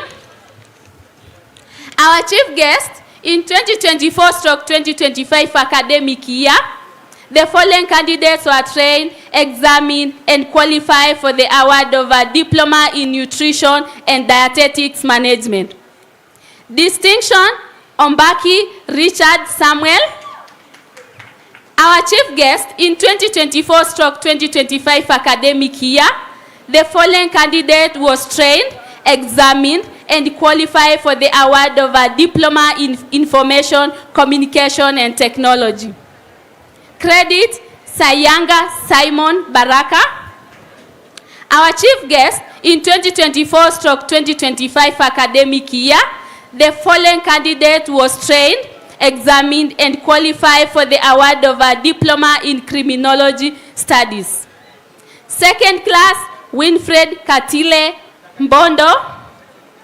Our chief guest in 2024/2025 academic year, the following candidates were trained, examined, and qualified for the award of a diploma in public administration and management. First class, Isaac Kipkoech. Kipambi Leonard Muya. Rofi Nzui Mulwa. Second class, Loitani Lengwa. Cheryl Christine Adhiambo. Other academic trainings, our chief guest, as a way of giving back to the community in the year 2024/2025, Kenya Institute of Social Work trained and awarded certificates to 42 trainees in short courses. I now take this opportunity to welcome our chief guest to award the graduates. Having satisfactorily met the academic conditions and examination requirements for the program of study for which you have been trained and examined, and upon the recommendation of the examinations office, I hereby award you this diploma in recognition of your achievement. Congratulations. Thank you so much. Wapigeni makofi. Let's allow the chief guest and also the principal to take a photo. I would call back the examinations officer for Kiswcd, and then the principal will climb up. The chief guest will still stay down there. Honorable chief guest, I would like also to notify you of the presence of one of our financial partners, Family Bank, here represented through the bank manager, Dan Wambua, and the credit manager, Joseph Mwendo. They have been a great partner to our institutions, and we truly appreciate Family Bank, Machakos branch, for being with us. Chief guest, I would like now to call and invite the examinations officer, Madam Florence Christine from Machakos Institute of Technology, to present the graduates for the award of certificates and diplomas in the following order. Karibu.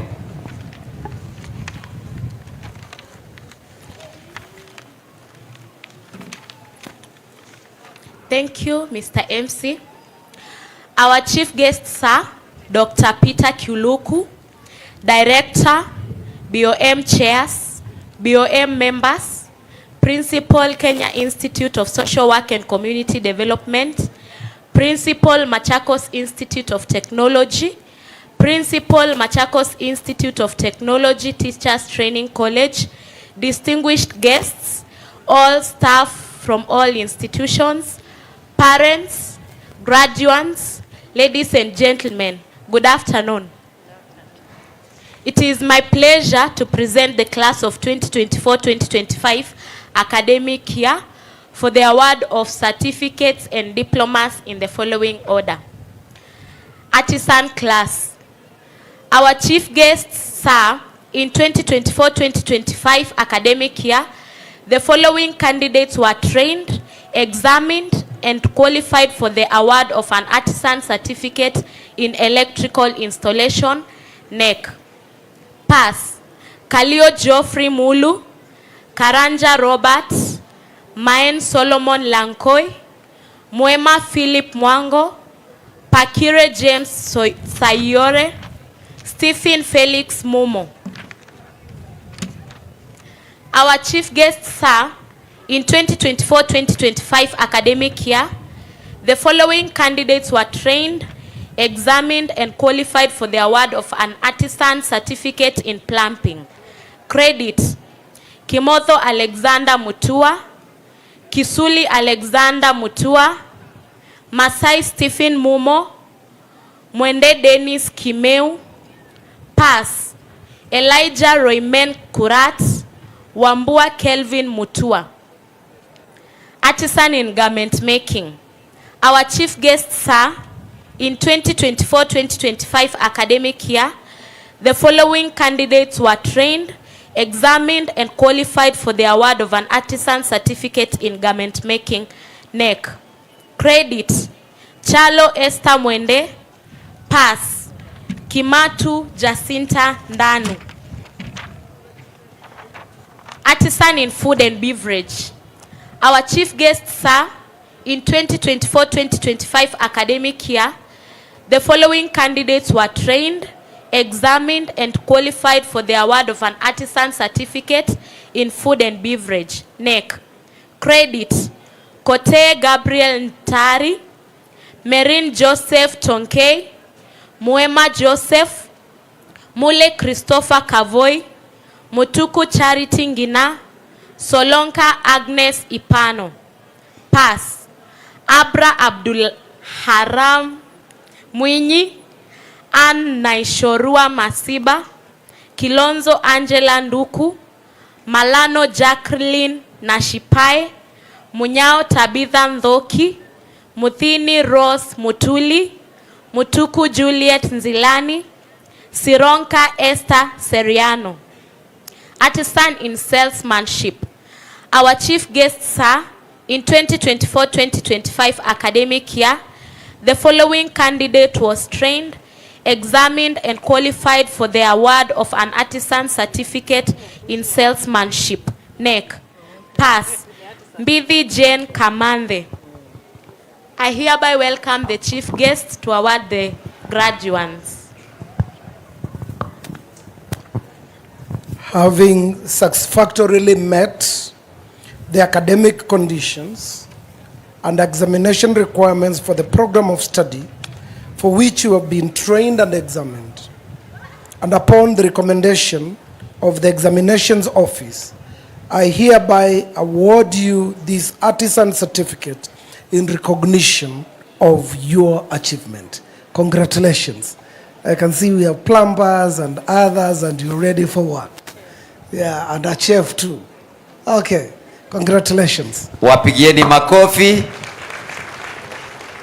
Nimeanza kusikia kelele kidogo. Ambia aliye karibu na wewe, sijasikia wangu, kwanza ngoja. Mwambie shh.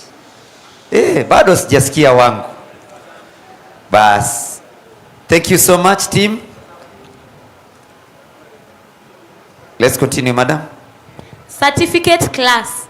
Certificate in plumbing. Our chief guest, sir, in 2024-2025 academic year, the following candidates were trained, examined, and qualified for the award of a certificate in plumbing, NEC. Credit: Kamami Douglas Munuve, Kibeti Hans Eric, Komu Emmanuel Musyoki, Makau Francis Mutinda, Makau Simon Maingi, Mangoka George Mutinda, Mekala Elizabeth Wavinya, Mwende Levis Mutua. Pass, David Michael Mwendwa. Certificate in Social Development. Our chief guest, sir, in 2024-2025 academic year, the following candidates were trained, examined, and qualified for the award of a certificate in social development. Credit: Lemaron Maureen Tatek, Mutinda Immaculate Wanza, Njeru Lucy Wahito. Pass, Kaasha Rachel Naipanoi, Kimundi Jacinta Nzembi, Ngoko Roda Nkoi. Certificate in Counseling Psychology. Our chief guest, sir, 25 academic year, the following candidates were trained, examined, and qualified for the award of a certificate in counseling psychology. Credit: Mweo Francisca Mweni. Certificate in Electrical and Electronics Engineering, Power Option. Our chief guest, sir, in 2024-2025 academic year, the following candidates were trained, examined, and qualified for the award of a certificate in Electrical and Electronics Engineering by NEC. Credit: Kioko Benson Muthusi, Mulwa Paul Musyoka, Nicholas Otieno Odira. Pass, Mwai Gabriel and examined. And upon the recommendation in 2024-2025 academic year, the following candidates were trained, examined, and qualified for the award of a certificate in catering and accommodation, NEC. Credit: Chalo Caroline Mudheu, Makui Evelyn Sereti, Manthi Alex Ndilinge, Nathan Nicodemus Musyoki. Pass, Kioko Jennifer Munyiva, Kioko Ruth Mumo, Anna Nduku, Madedo Mgoi Betlina, Makumi Francisca Mumo, Masila Emily Wanza, Matuku John Kiveka, Muasia Mary Nduku, Mutinda Beatrice Loko, Mutisia Cynthia Koki, Mutua Caroline Wanza, Mutuku Caroline Bive, Ngungule Ndinda, Njeri Catherine Wanjiru, Njeru Maureen Mwende, Zambia Irene Mwongeli, and travel operations. Chefs, tour guides, congratulations. Wapigieni makofi. Thank you so much. Ontario Studies, Single and Gronka Seita. Certificate in Information Communication Technology. Our chief guests, sir, in 2024-2025 academic year, the following candidates were trained, examined, and qualified for the award of a certificate in Information Communication Technology, NEC. Credit: in recognition of your achievements. The following candidate was trained, examined, and qualified for the award of a certificate in front office. Credit: Ngila Bendeta Mukonyo. I hereby welcome the chief guest to award the prizes.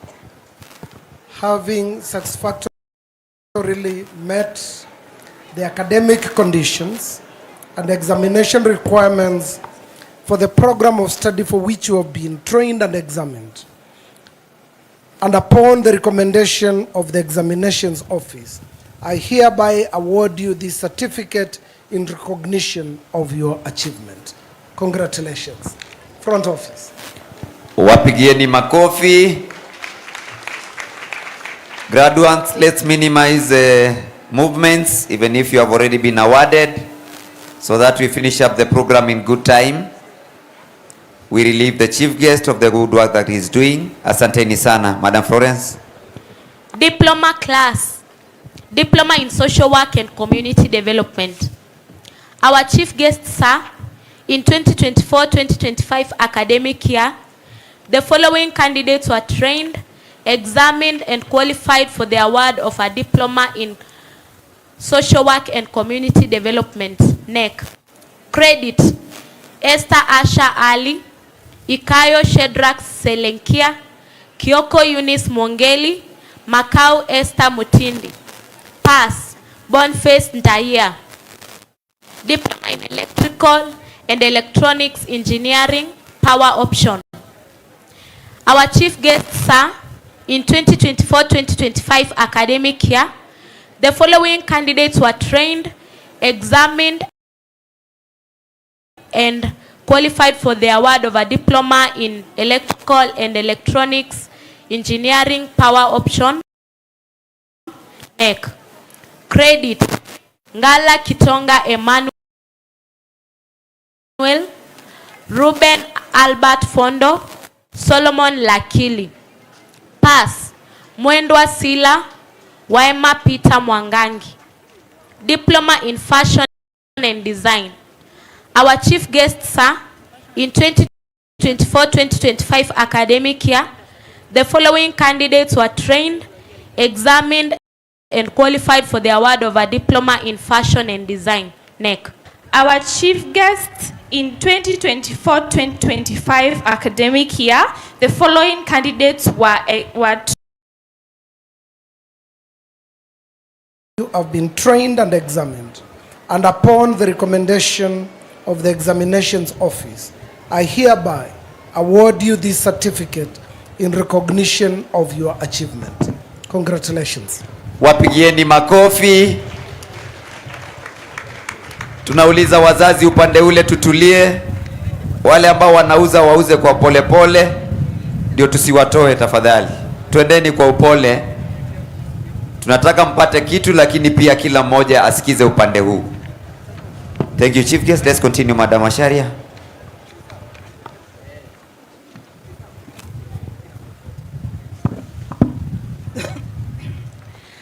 Upgrade to diploma in early childhood teacher education. Our chief guest in 2024-2025 academic year, the following candidates were trained, examined, and qualified for the award of upgrade diploma in early childhood education. NEC.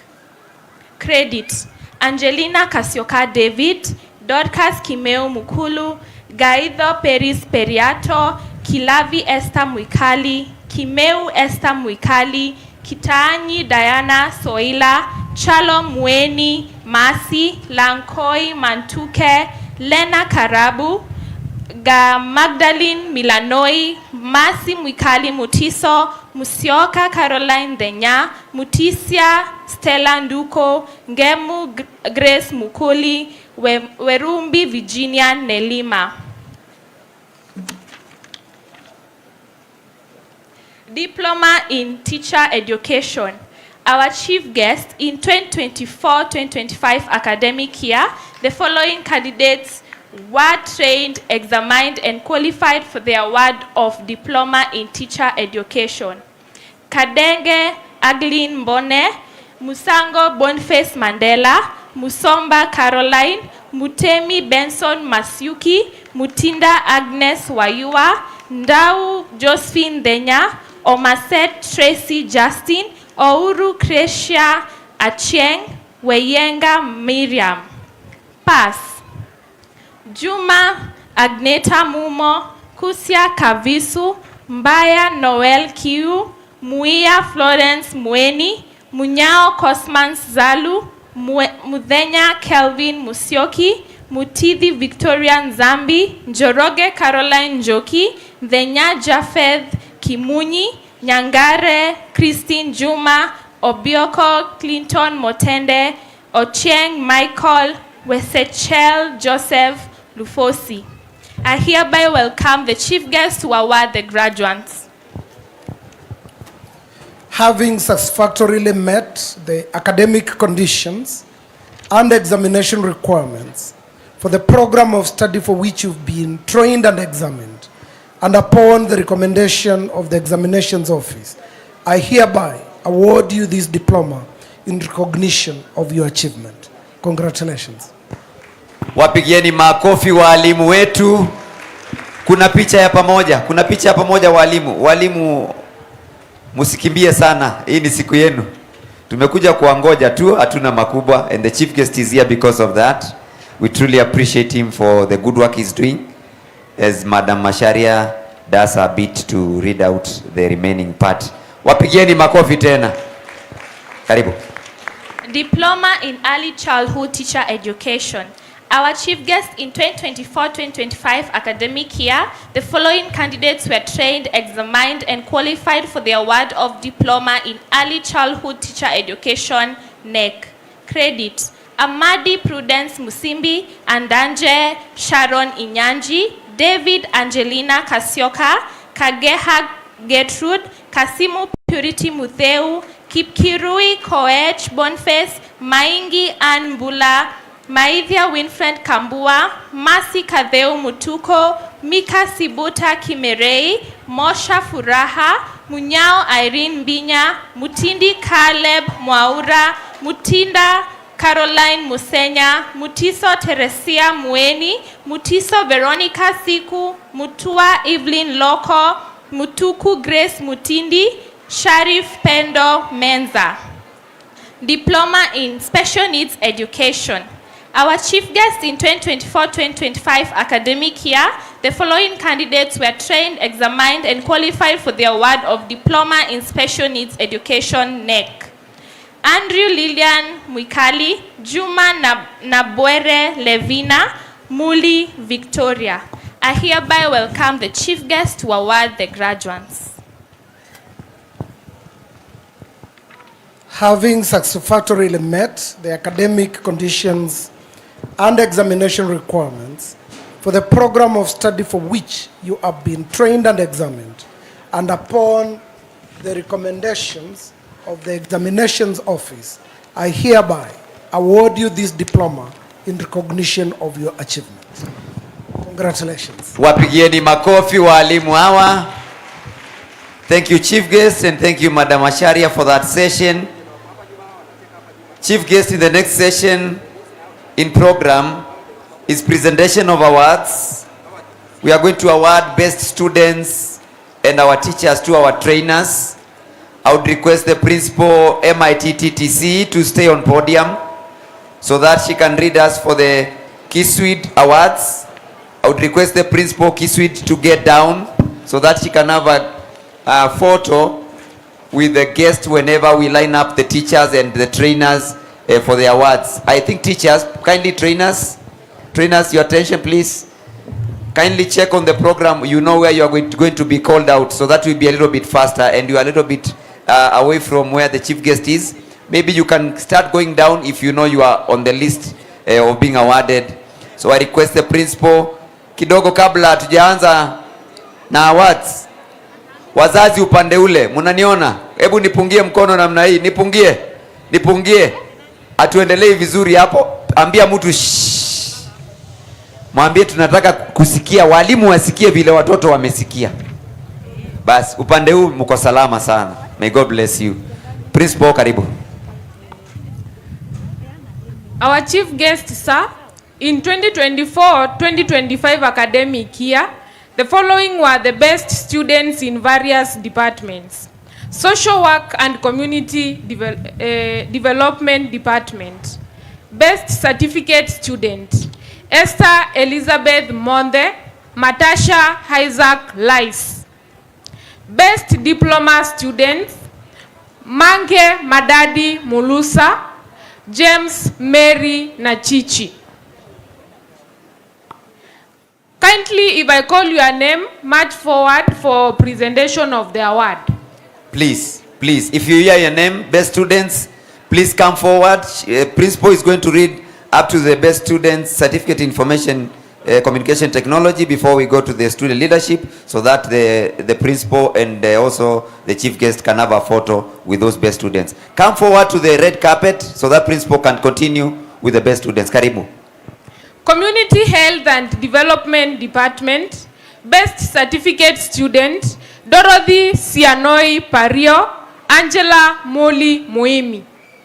Best Diploma Student, Dorothy Sianoi Pario, Gali Galgalo Hadi. Best Student in Nutrition and Dietetics Management, Certificate Level, Noah Gilisho, Gabriel E. Soila. Diploma level, Ombaki Richard Samuel. Counseling and Psychology Department. Best Certificate Student, Priska Chwea Ajichi. Best Diploma Student, Lucy Awor Akoko. Business Department. Best Diploma Student, Rofe Nzui Mulwa. Kipambi Leonard Moya.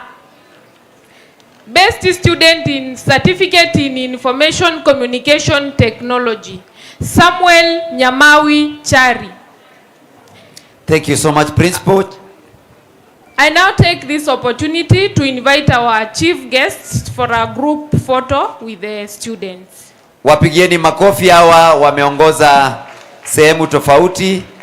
Then Principal, you are going to give us student leadership, have a photo, then student, the Kiswcd staff, a photo, we finish up on Kiswcd. Wapigieni makofi tena jamani. Na tuendelee kusikiza ili tusikie watoto wenu wale ambao walifanya vizuri zaidi. Karibu. Kiswcd student leadership.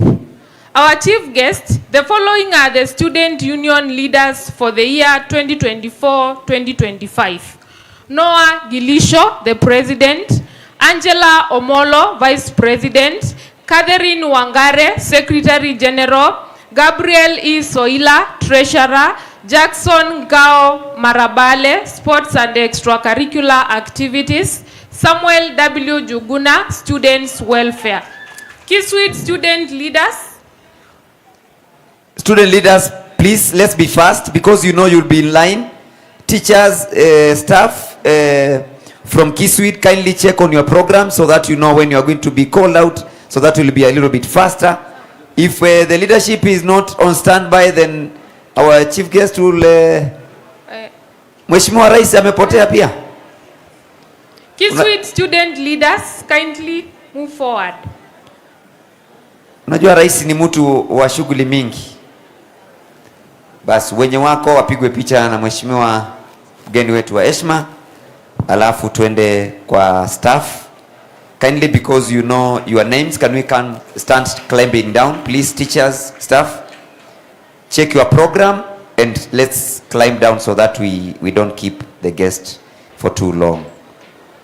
Pigieni viongozi makofi mazuri. Disability is not inability. Thank you so much, sir, for working hard for the students. We wish you well in life. Karibu. Kiswcd staff, social work department staff. Dennis Samburuma, Francisca Iminza, Daniel Gishuki, James Kabugi. Business department, Didan Emukule. ICT department, Benson Musembi. Community health and nutrition, Masi Ndungu, Joseph Mutua, Doreen Karambu. Accounts department, Mary Wangari Mwangi. Examination department, Diana Mungubi. Marketing department, Stanley Kioko. Library department, Nanzi Kanini Motiso. Driver, Solomon Mudhoka.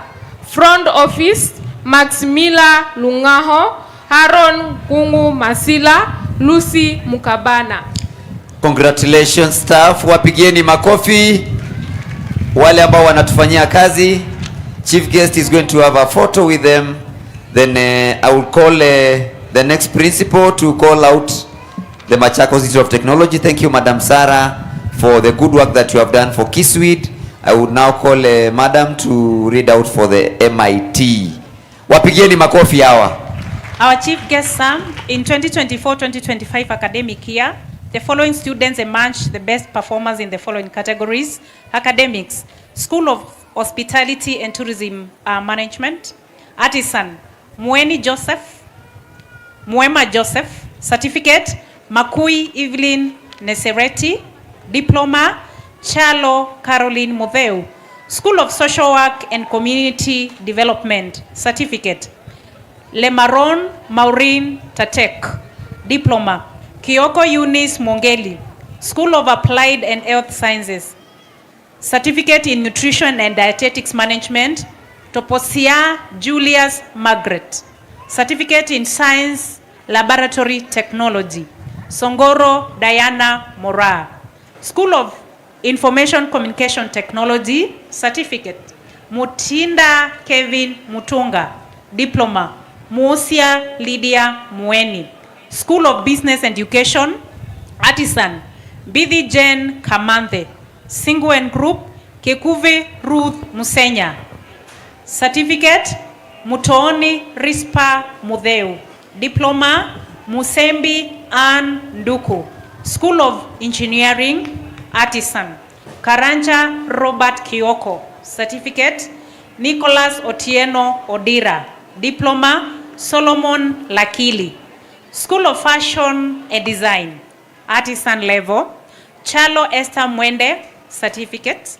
Zioki Solomon Kavindu, diploma. Ngui Linet Mwelu. School of Accounts and Finance, ATD. Mutuku David.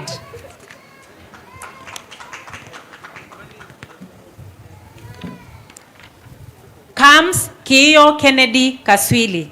School of Hairdressing and Beauty Therapy, hairdressing. Caroline Zisa Muasia, beauty therapy. Doreen Mumbua Muse. Christian Union, chairperson. Chalo Esther Mwende. Young Christian Society, chairperson. Edina Wajiku Diba. Can we do that first? Principal? Please come forward, the best. We want to take a group photo, kindly. Chief guest and principal, please. Then I request, I would rather have the names being read by, where is the principal Kiswcd, so that she can read for you and take the photos. Principal Kiswcd, please. Madam Hilda. Yes, take charge. So that principal can be taking just the photos. You are going to call out the Mr. and Miss. Those two first get a photo, then student leadership get a photo, best trainers get photo. Call the Mr. and Miss. Mr. and Miss MIT. Mr. MIT George Mwongela Malunde. Miss MIT Jacqueline Lonte Namtoro. Very fast. A photo for that. Then the student leadership, you know yourselves, get closer. When the principal Kiswcd is reading out, you just get an opposition into your position so that you can come up when the principal is reading the leadership for MIT. So a photo for Mr. and Miss. Wapigieni makofi. Munakaa vizuri. Asante. Thank you so much, principal. MIT student leadership. President Andrew Muli Ngila, Vice President Judy Tiwine Nalidui, Secretary General Joseph Merin Tonkei, Ladies Representative Faith Mbula Nzuva, Treasurer Stacy Mwikali Mutheu, Academic Representative William Mwema Mutisia, Director of Entertainment and Sports Gabriel Ntari Kote. Wapigieni makofi hao viongozi. Na hawa hawajaenda one term, hawa walifanya kazi mzuri. Wapigieni makofi tena. So principal, the next session, let's go up to School of Social Work, so that, because I think there are many in the trainers, we read up to School of Social Work, do that photo, then we start the School of Electrical Engineering down for the other session of the photo. So this is the leadership. Next would be the trainers. We go up to School of Social Work, then we do the second one from the School of Electrical Engineering. Thank you so much, leadership. Picha ishatoka vizuri. Best trainers, our chief guest in 2024/2025 academic year. The following emerged the best trainers in the following schools: School of Business, Boniface Muti Nzioka, Kelvin Mutwi Mbaye, Mary Muthini Mwanzia, Teresia Ndila Mangeli. Secretarial Studies, Judy Mutheu Mutisia, Faith Mutheu Musioka, School of ICT, Caleb Wekesa, Enoch Ruto Kipchirchir, Esther Mwende Benson, Francisca Mwikali Kimolo, Mwanzia Kimanzi. School of Information Science, Judy Kiania, Peter Kilonzi, School of Health and Applied Sciences, Charity Kamene Kathuru, Kate Mutavi Mutami, Kimutai Hilary Cheruyot, Mwangi Joseph Muirui. Let's do that photo first because of the numbers. Let's have that photo first. Then this next session will be from social work. Waanze kupewa. Kwanza pigeni hiyo principal and chief guest, then hao wengine waanze kupewa tu wakiwa wame line up. Can we do that photo first? We do that photo first. Then the next session will be the School of Social Work going down. Principal, you can go up to the whole of the team, maybe up to non-teaching. We start from the non-teaching for the next session. Kama watakuwa wengi sana. Karibu principal. Let's continue. School of Social Work and Community Development, Damaris Namarome Mungai, Florence Mumbe Christine, Patrick Masila. School of Electrical Engineering, Faith Vati Kialo, Gilbert Kimathi Murira, Peter Kathuv, Wycliffe Baraka Kenga. School of Architecture and Building Technology, Linda Ndinda Kisilu, Paul Karingi, Wilson Kibiwot. School of Fashion and Design, Anastasia Uganga, Emma Wamuhu, Njoroge Ruth Mwende Wamvua. School of Account and Finance, Josephat Mwau, Daniel Mackenzie. School of Hairdressing and Beauty Therapy, Penina Mwikali, Mathitu, Virginia Mumbi Musila, Winfred Mali. School of Hospitality and Tourism Management, Caroline Musawa, Jacqueline Mutunga, Jasper Wanyama, Lynette Mutindi. Maureen Ndanu. School of Media and Journalism, Gentrix Wanyonyi, School of Mechanical Engineering, Lawrence Kiplagat, Anthony Mugendi, Amos Patrick, Nathan Kipngetich. Let's do that photo so that we can do the non-teaching staff. And we finish up on the awards for MIT. Then we move to MIT Teachers Training College. Okay, let's organize ourselves so that the photo doesn't look too panned out. It doesn't have to be too panned out. You can be behind there and you'll be seen. Ensure you are in between two people so that your face comes up. That's fine. I think the photographer will do a good job. Then principal, you'll finish up on the non-teaching staff for MIT, the best performers of the department.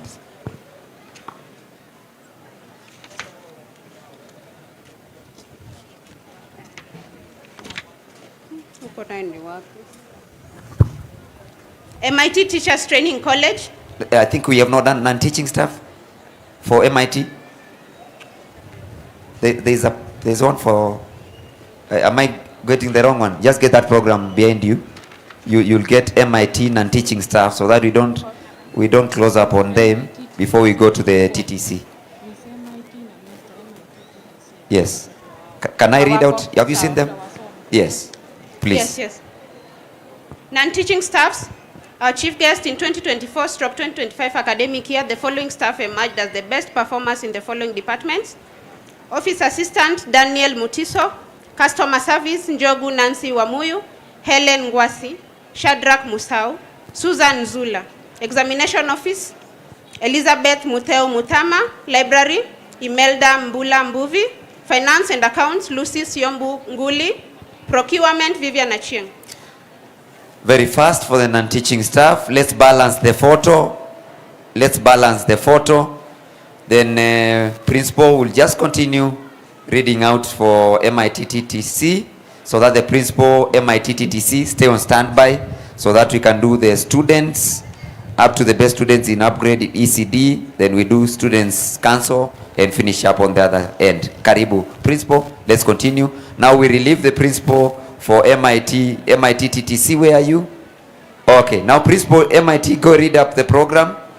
Now help out the program. Then the principal TTC, you stay as a monument with the chief guest.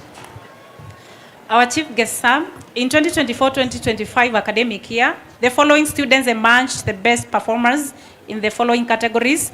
Best student in diploma in teacher education, Mutinda Agnes Wayua, Ouru Crescentia Acheng. Best student in diploma in early childhood teacher education, Subuta Mika Kimwerei. Andanche Sharon Inyanchi. Best student in caregiver, Chalo Roslyn Mtindi. Aaron Mtevia Emily. Best student in diploma in special education needs, Muli Victoria. Best student in upgrade in early childhood teacher education, Gaido Peris Periato. Magdalene Milanoi. Thank you so much. Let's do that photo first. Let's be a little bit fast. The student leadership for MIT TTC, stay on standby because the principal will read out after this session. Hawa wazazi wa upande huu sasa wameanza kuharibu kidogo. Wazazi mnaniona? Wazazi tusiharibu. Hebu mnaniona? Tumebakisha dakika 10 tumalize. Wacheni tumalize vizuri. Si ndio? May God bless you. Upande ule wazazi upande ule. Bwana Yesu asifiwe. Basi wacheni tumalize vizuri dakika 10. We are going to finish up. Let's go to the next session of the leadership, please. TTC Student Council, Memusi Sena. Memusi Sena, President. Douglas Githinji, Deputy President. Mawili Brian, Secretary General. Nicholas Lenkanana, CS Sports. Kevin Wambui, CS Academics. Benteta Gideon, Woman Representative. Ian Kiprono, Male Representative. Wapigieni makofi hawa. Mgeni wetu wa heshima walio mbele yako ni mawaziri wa serikali ya TTC. Wapigieni makofi tena. Thank you so much. Let's move. Mr. and Mrs. TTC, kindly come forward. Mr. and Mrs. TTC, kindly come forward for a photo with the chief guests. Yes. Then from there we get performance, the academic year 2024-2025. After that session, we finish that session and we close. We are going to close with a vote of thanks after we give a small gift to our guest for the time that he has being with us. Thank you so much, Mr. and Ms. TTC. Teresa Kanungu Deleva. Best trainer in special needs education, Mother Mumbua Mse. Best trainer in English, Beth Masharia. Best student trainer in physical education, Michael Mutava. Best trainer in history, Sarah Ngina Damaris. Best trainer in Tekla Mutio Nyamai. Best finance accounts. They can award the trainers first, then we move to the support staff. Okay, fair enough. A photo for that. Then we go to non-teaching. Best finance and accounts, Dina Mudeu Nzioka. Best in front office, Dokas Mudeu Mtuku. Best in marketing, Bonfas Musioki. Best in environmental management, Rafael Mutinda. Best trainer in home science, Moses Mutinda. Best trainer in sociology of education, Musalia Shandin. Best trainer in Kiswahili, Caroline Bide. Best trainer in indigenous language, Mike Otieno. Best trainer in social studies, Nora Kasioka.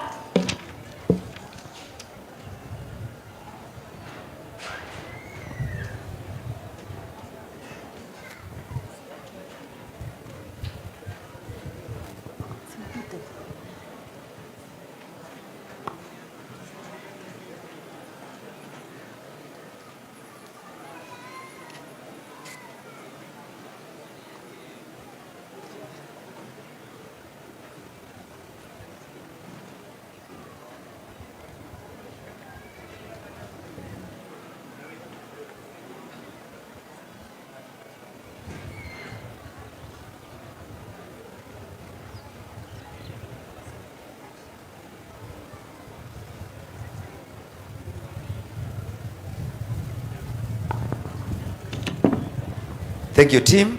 Are we set, Principal? Yeah, good. We are set. Now we can have the other session. Yeah. Thank you so much, Chief Guest. I would request principals, can you accompany the chief guest, because now you are the ones down there, take him up here so that we can finish up the session on this end. I would request the BOG members and led by the chair to stand in front here so that they can say something small to the chief guest before he sits down. We do a vote of thanks and close up the program. Just in front here, naweza ondoa hizo zimeanguka hapo, principal nisaidie. Then let me get a microphone up here, please. Get a microphone to, okay, you have one, keep to the chair. Give to the chair to appreciate the chief guest. Then we have a photo. Walimu staff, tutapigwa picha moja na chief guest akiwa hapo mbele. Maybe sijui tutasimama namna gani, just a group photo. So that we do a photo for the gallery. Photographer atatuambia ni jinsi gani. Then we close with the closing prayer. Pastor Turunga still stand by. So chief guest, we want to thank you very much for the terrific work you've done today. Our graduates are privileged to have you as our guest, and for the speech that you've given us and the encouragement, of course with the linkage backwards towards forward towards ESAMI that we look forward to. Thank you very much. Asante sana. We look forward to further cooperation going forward. Wotinga tinga. Mpigieni makofi anapotuzwa kwa kazi nzuri.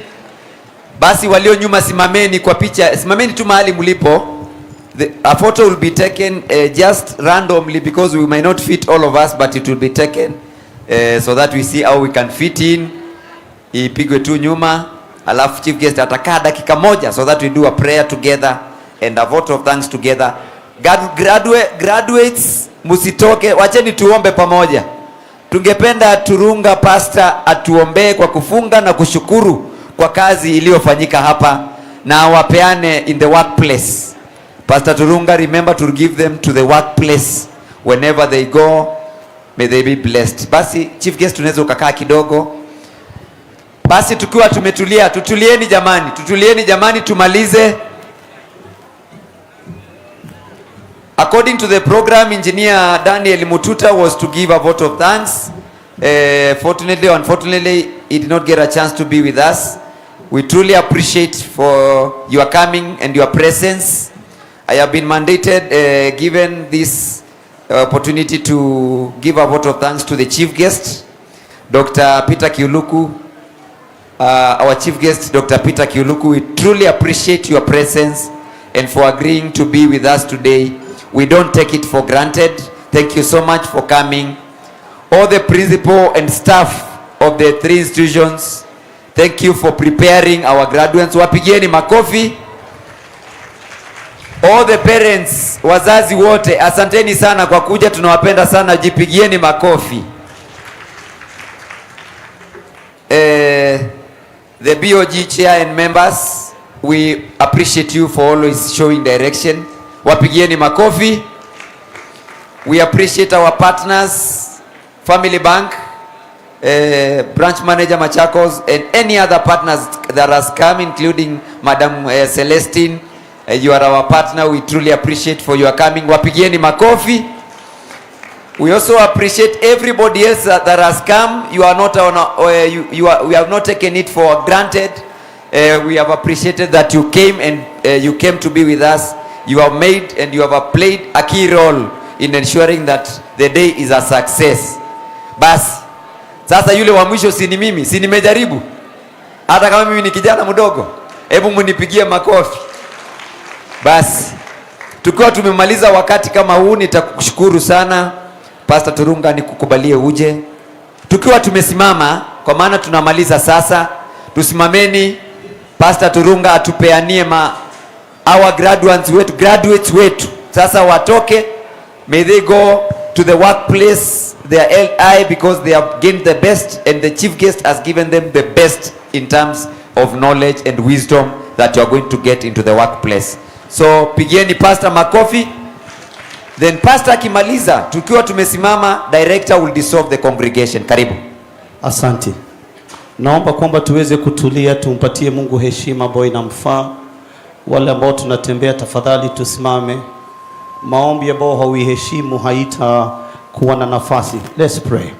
Precious Father, we ask you in the morning that you be the beginning of this function and also be the ending of this function. Thank you that you've been with us. Thank you that you have graced us. And thank you that everything has worked together for good, even unto every one of us that were here for this joint graduation 2025. Our Father, we know that when we pray, you hear prayer and you answer prayer. We thank you for all the graduates today. The precious Father, they have accumulated enough information and knowledge that will give them a foot forward in the job market locally and internationally. And I stand here as your servant, our Father, by your grace upon my life to pray into their lives, that let doors open for them now. By what they have learned, our Father, the character that has been formed in them, and Father, the knowledge that has been imparted in them. I pray that the local job market, our Father, will open for them, and even beyond the boundaries of this nation, what they have received, our Father, is of good capacity to take them to the uttermost parts of this earth. Our Father, I pray for they that would want to get into entrepreneurship, our Father, let those doors open. Let the confidence of our Father be instilled in them. We pray that all of them that have graduated today, none of them will be wasted.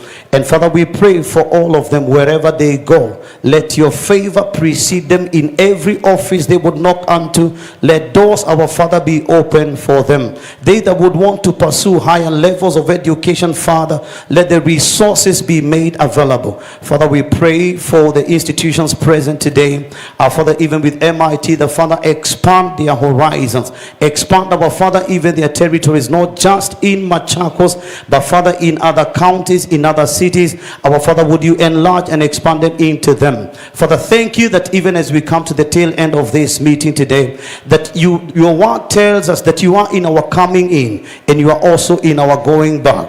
Hivyo Baba, naomba kwamba kila mtu anaporejea nyumbani kwao uwapatie usalama barabarani. Tunakataa kazi zote za shetani. Hamna damu ya mtu yote ambaye katika kikao hiki itaweza kumwagika barabarani. Jinsi ambavyo waliwasili salama, wanarudi kwa manyumba zao salama, katika jina kuu la Yesu Kristo. Tunakushukuru Bwana wa rehema, hata tunapomaliza mwaka huu tukamaliza kwa njia ambayo inakuletea utukufu. Haya tunaomba katika jina la Baba, Mwana na Roho Mtakatifu, na wote tuseme amen. Amen, amen. Tukiwa tumesimama, let's allow the director to dissolve. Amutasonga, amwezi toka kabla mjaambiwa na director. He must dissolve the congregation so that we stand moving. Karibu. Thank you, MC. I now declare this congregation officially dissolved. We can start moving. Makofi ya movement. Let the party begin. Let the party begin. The staff and our guests to remain for a group photo. Kidogo tusikie hiyo. Principal. The staff and our guests, we kindly request you to remain for a group photo. Staff and the teaching staff, the guests. Can you do it where? Because so that you can be a little bit faster. Principal, where? Just here. Photographer hapa tu. So tupange tu ndio Sasa hapo principal tutaonekana kweli, twende chini tumalize kwa haraka tukitoka, ama ipigwe hivyo tu. Okay, photographer, can you do one like this so that we can now start the party? Before we do the party, now see how best you capture this. Yes, sasa wewe niwaambie. Chief Guest arudi nyuma kidogo. Aya, hizi line mbili nataka kuzitoa kidogo, sijui zitapanda namna gani. Hii line pandeni kidogo huku ndio muonekane. Then hizi now I think you go behind because of this distance for the photographer. He might not be able to see you when you are so close. So go behind, and then you iko nyuma. Chief Guest, you must be having very many missed calls and messages. Utaona tu. Sasa rudi nyuma kidogo chairman, ndio wakuwe na nafasi sasa ya kuchukuliwa. Hapo tu nyuma, hiyo nini, viti viko nyuma, so that the photo can take you better. It will be easier for rudini nyuma. Let's do hapo chairman, si hapo utakuwa unaona. Yes, that will be a fair game.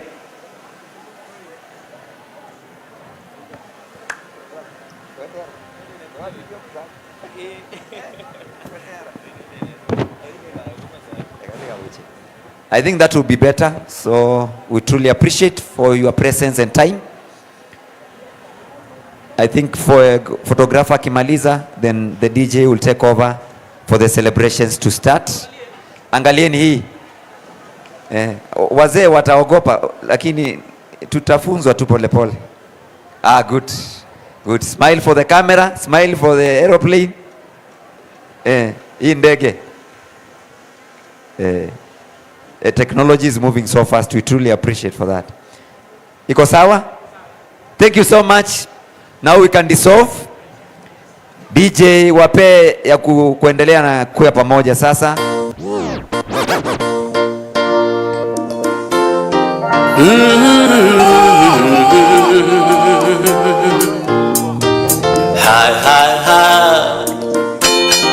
Tumeuona mkono wake Bwana,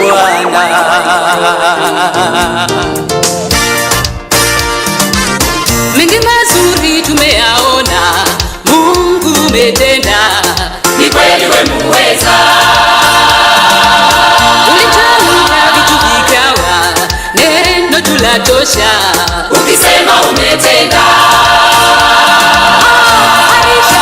Israeli uliwavusha, kawatoa utumwani, watumishi wako umewapa yote waombayo, ikiwa umependezwa. Uamualo hakuna wa kulipinga, hakika we ni Mungu wa vyote. Unatawala dunia na vilivyomo, makuu umeyatenda Jehova. Hakika tumeuona mkono wako Bwana, kweli matendo yako Bwana ni makuu mno. Na umetutoa mbali kweli, ukatushika mkono Mungu mahali uliona pekee. Chini hata juu watu unawainua Mungu, sifa na utukufu ni zako milele. Wasifu jina lako Baba, milele tutakusifu kweli. Daima wewe mwema, tutaishi kwako.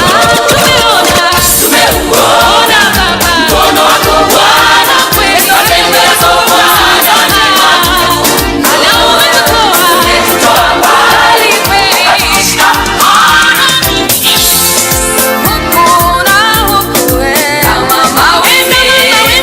Upendo wa Yesu wanizunguka, kama mawimbi. Upendo wa Yesu wanizunguka, kama mawimbi.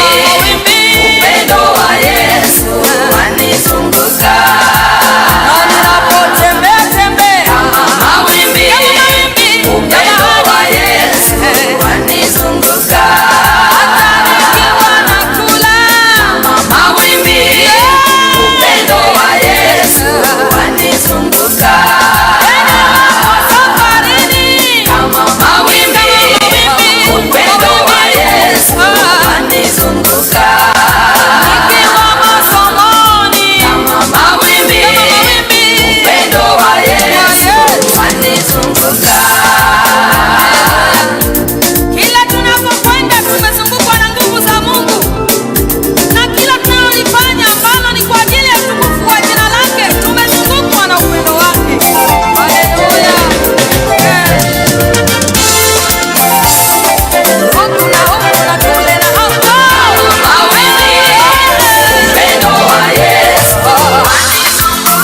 Kuna jambo Mungu anaweza kafanya maishani mwako, wanadamu wakabaki wanashangaa.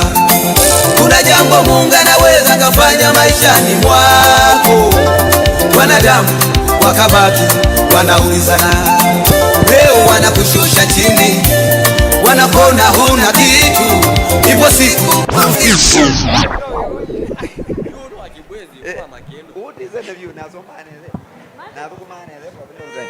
Tungependa kutangaza mwenye gari KDT 892V Ni Sundays KDT 892. KDT 892V. Ni Sundays. Please enda kwa gari yako, unahitajika hapo. Ni Sundays KDT 892V.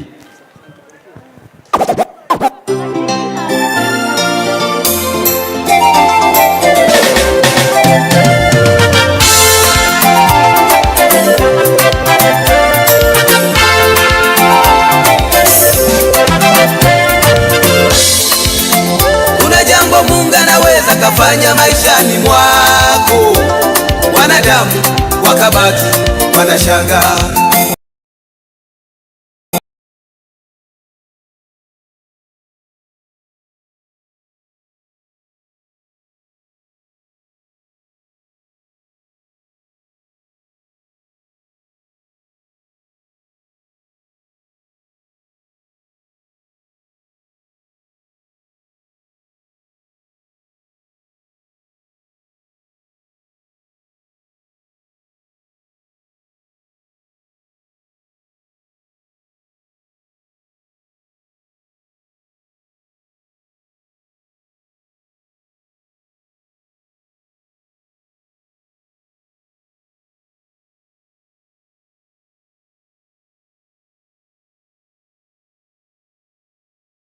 Ever having your network, those that you think are headed the wrong way, choose always wisely those who are far ahead of you and try to be part of their network. The bucket number 4 is what you have. What you have does not necessarily mean money. Many people think this bucket is about money.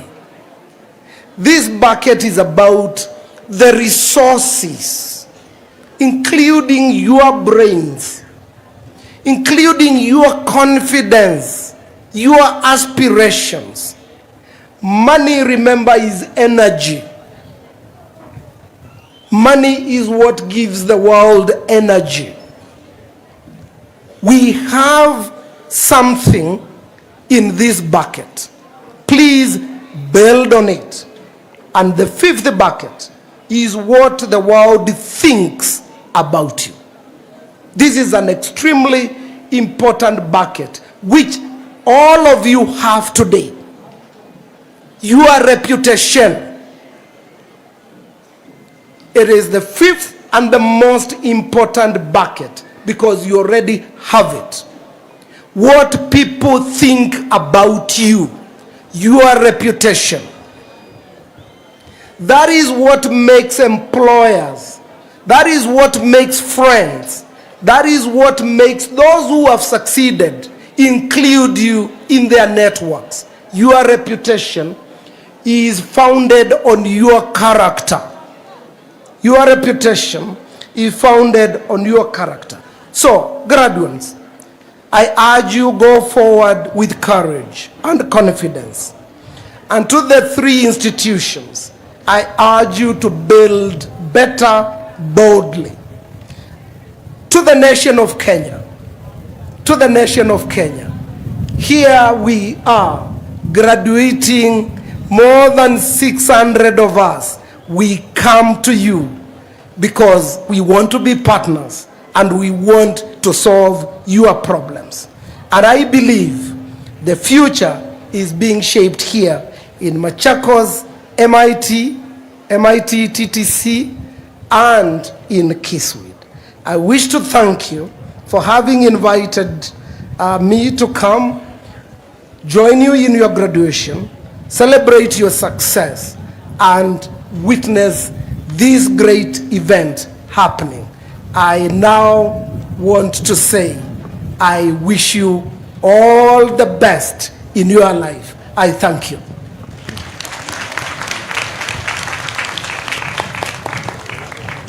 Kindly appreciate the chief guest once more.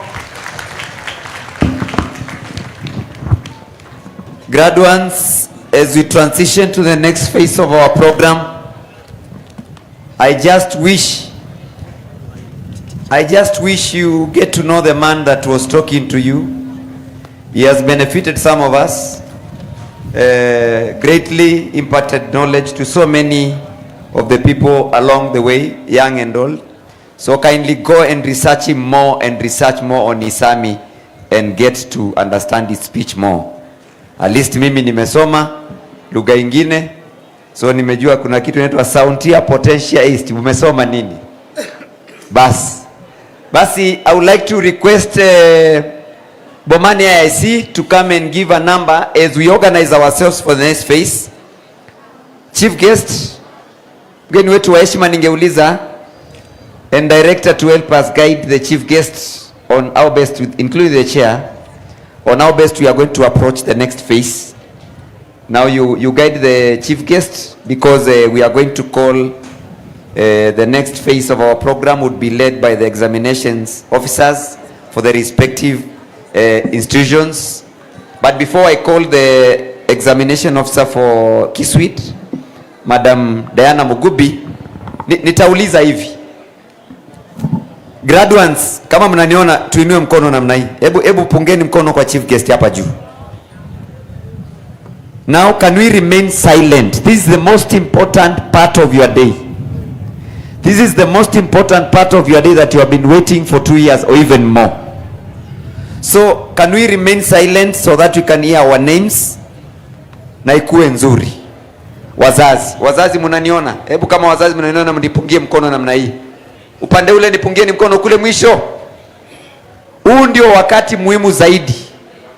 Apart from listening to our chief guest, ulikuja kusikia kama jina lako la mtoto wako ama la dada ama ndugu liko hapa. Can we keep silence please? Can we be still? Can we minimize movements now? Because we are going to read over 400 names. Na tunataka usikie jina la mtoto wako ndio ujue kama alikuwa shule ama la. Ndio sikuwe jamaa aliingia pale akachukua gauni tu na akakuja hapa. Whatever definition of the moment that defines that he was in school or she was in school is the names that will be read out and awarded by our chief guest. Wazazi upande umenisikia? This is the most important day and time for your child. Tupunguze kutembea, tunyamaze kimya. Kama uko na mtu karibu mwambie basi. Nitauliza chief guest, I will ask to invite the examination officer, Madam Diana Mugubi from Kiswcd, to present the graduates for the awards of certificates and diplomas in the order that she is going to give us. Kindly transition led by the principal.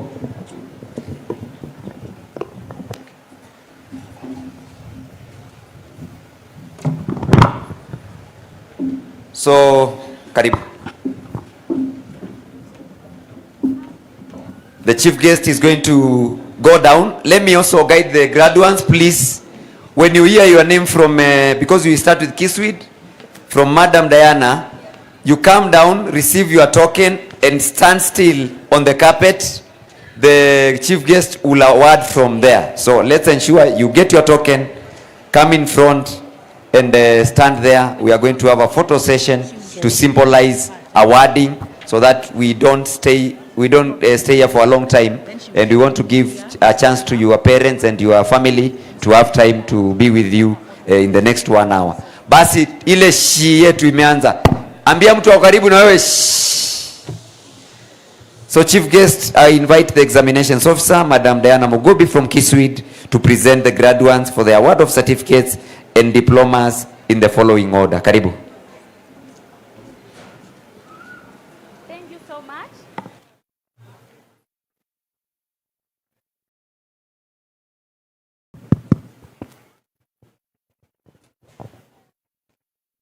Thank you so much, our Master of Ceremony. Thank you so much, our Master of Ceremony. Our chief guest, Dr. Peter Kiuluku, Director, BOM Chairperson, BOM members present Shortly, madam. Please. Let's allow the year out. So let's get a better microphone, please.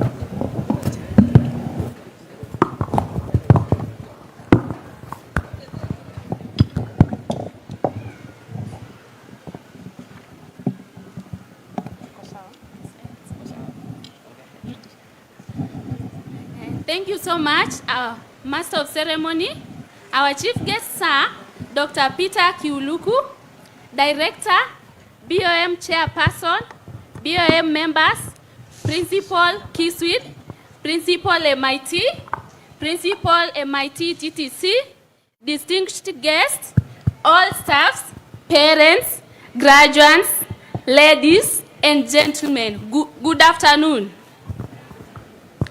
It's my pleasure to present the class of 2024/2025 academic year for the award of certificate and diplomas. Our chief guest in 2024/2025 academic year, the following candidates were trained, examined, and qualified for the award of a certificate in social development. Second class, Luz Katita Parinakaya. Credit, Breda Kirote, Kadieki Masi Njoki, Isaya Itale, Limelita Linet Seneia, Miriam Mwende Wilson, Njeru Naomi Wanja, Pass Charlotte Weka Lihalanga, Wycliffe Paul Owino. Our chief guest in 2024/2025 academic year, the following candidates were trained, examined, and qualified for the award of a certificate in social work and welfare. Distinction, Alex Chege Diragu, Esther Elizabeth Monte, Eva Nyakio Kichangi, Hazel Wairimu Barae, Joy Jeruto, Lavin Akod Ogaga, Matasha Laisi Isaac, Mungai Blessing Lilian Wanjiku, Mwangi Faith Waidira, Zamzang Sala Abdile. Credit, Angela Anyango Omolo, Barasa Jenfa Jean Tumaini, Cecilia Nashipai Tanini, Elizabeth Acheng Onyango, Godfrey J. Kikonyo Kiiru, Joseph Mudenyo Bwire, Michelle Margaret Matthew, Nuru Mbeyu Sleiman, Sharon Mudhoni Washira, Wanjiku Margaret Wanjiku, Zulfa Karisa Charo, Pass Samuel Chik Chungu. Second class, Ilihan Nadra Adan. I now take this opportunity to welcome our chief guest to award the graduates. Makofi. We go here. Yes.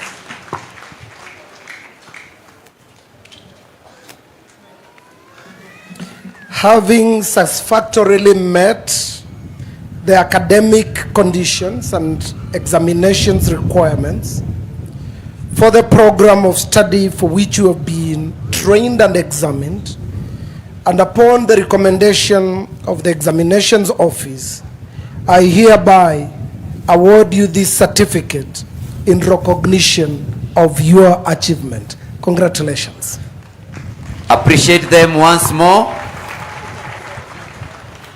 Then a group photo from the chief guest so that we move a little bit faster. The principal will also be there. After that team, then Madam Diana will continue with the other program. Wapigieni makofi.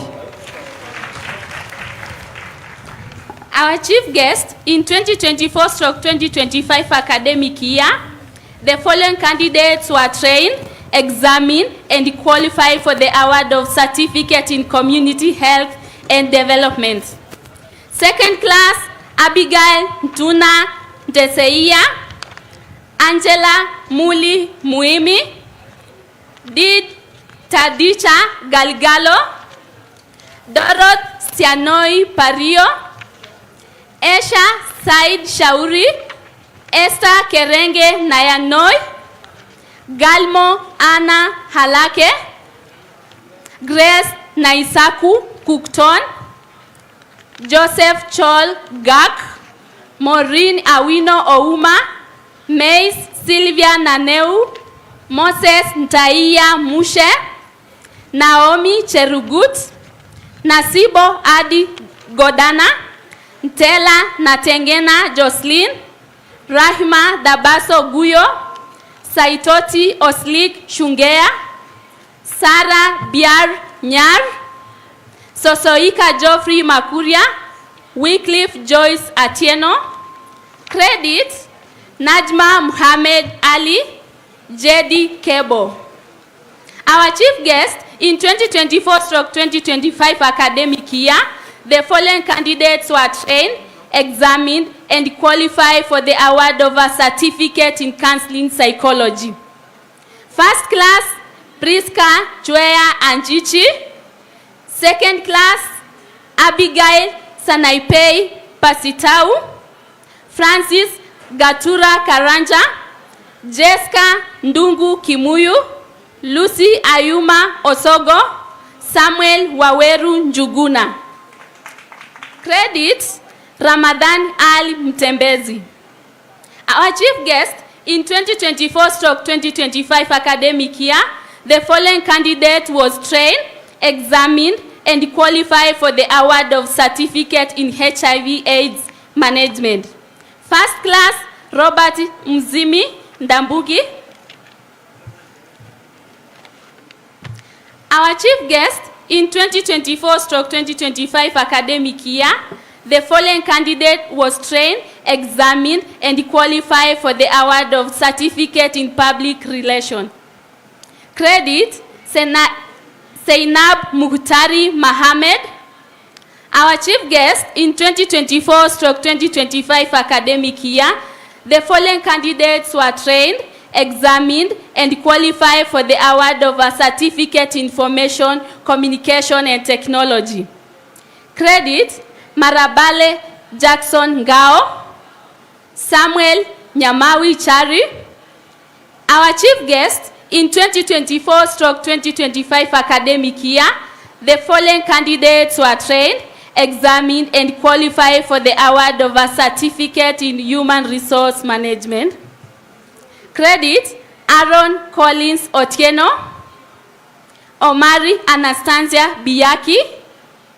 Our chief guest in 2024/2025 academic year, the following candidates were trained, examined, and qualified for the award of a Certificate in Nutrition and Dietetics Management. Distinction, Gabriel E. Soila, Noah Gilisho. Credit, Lilian Kagwira Njeru, Maureen W. Masharia, Tabitha Njeri Ndungu. Pass, Nyambura Karanja Shanice Nicole. I now take this opportunity to welcome our chief guest to award the graduates.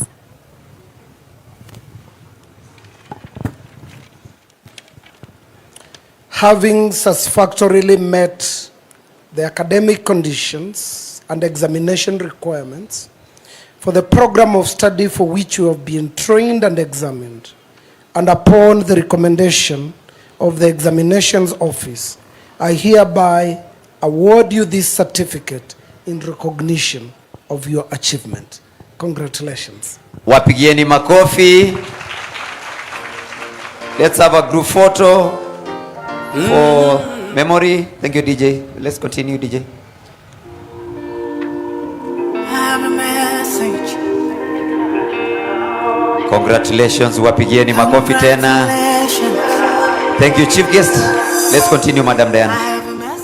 Our chief guest in 2024/2025 academic year, the following candidates were trained, examined, and qualified for the award of a Diploma in Community Development. Distinction: James Mary Nachichi, Ruth Nzinza Mutuku.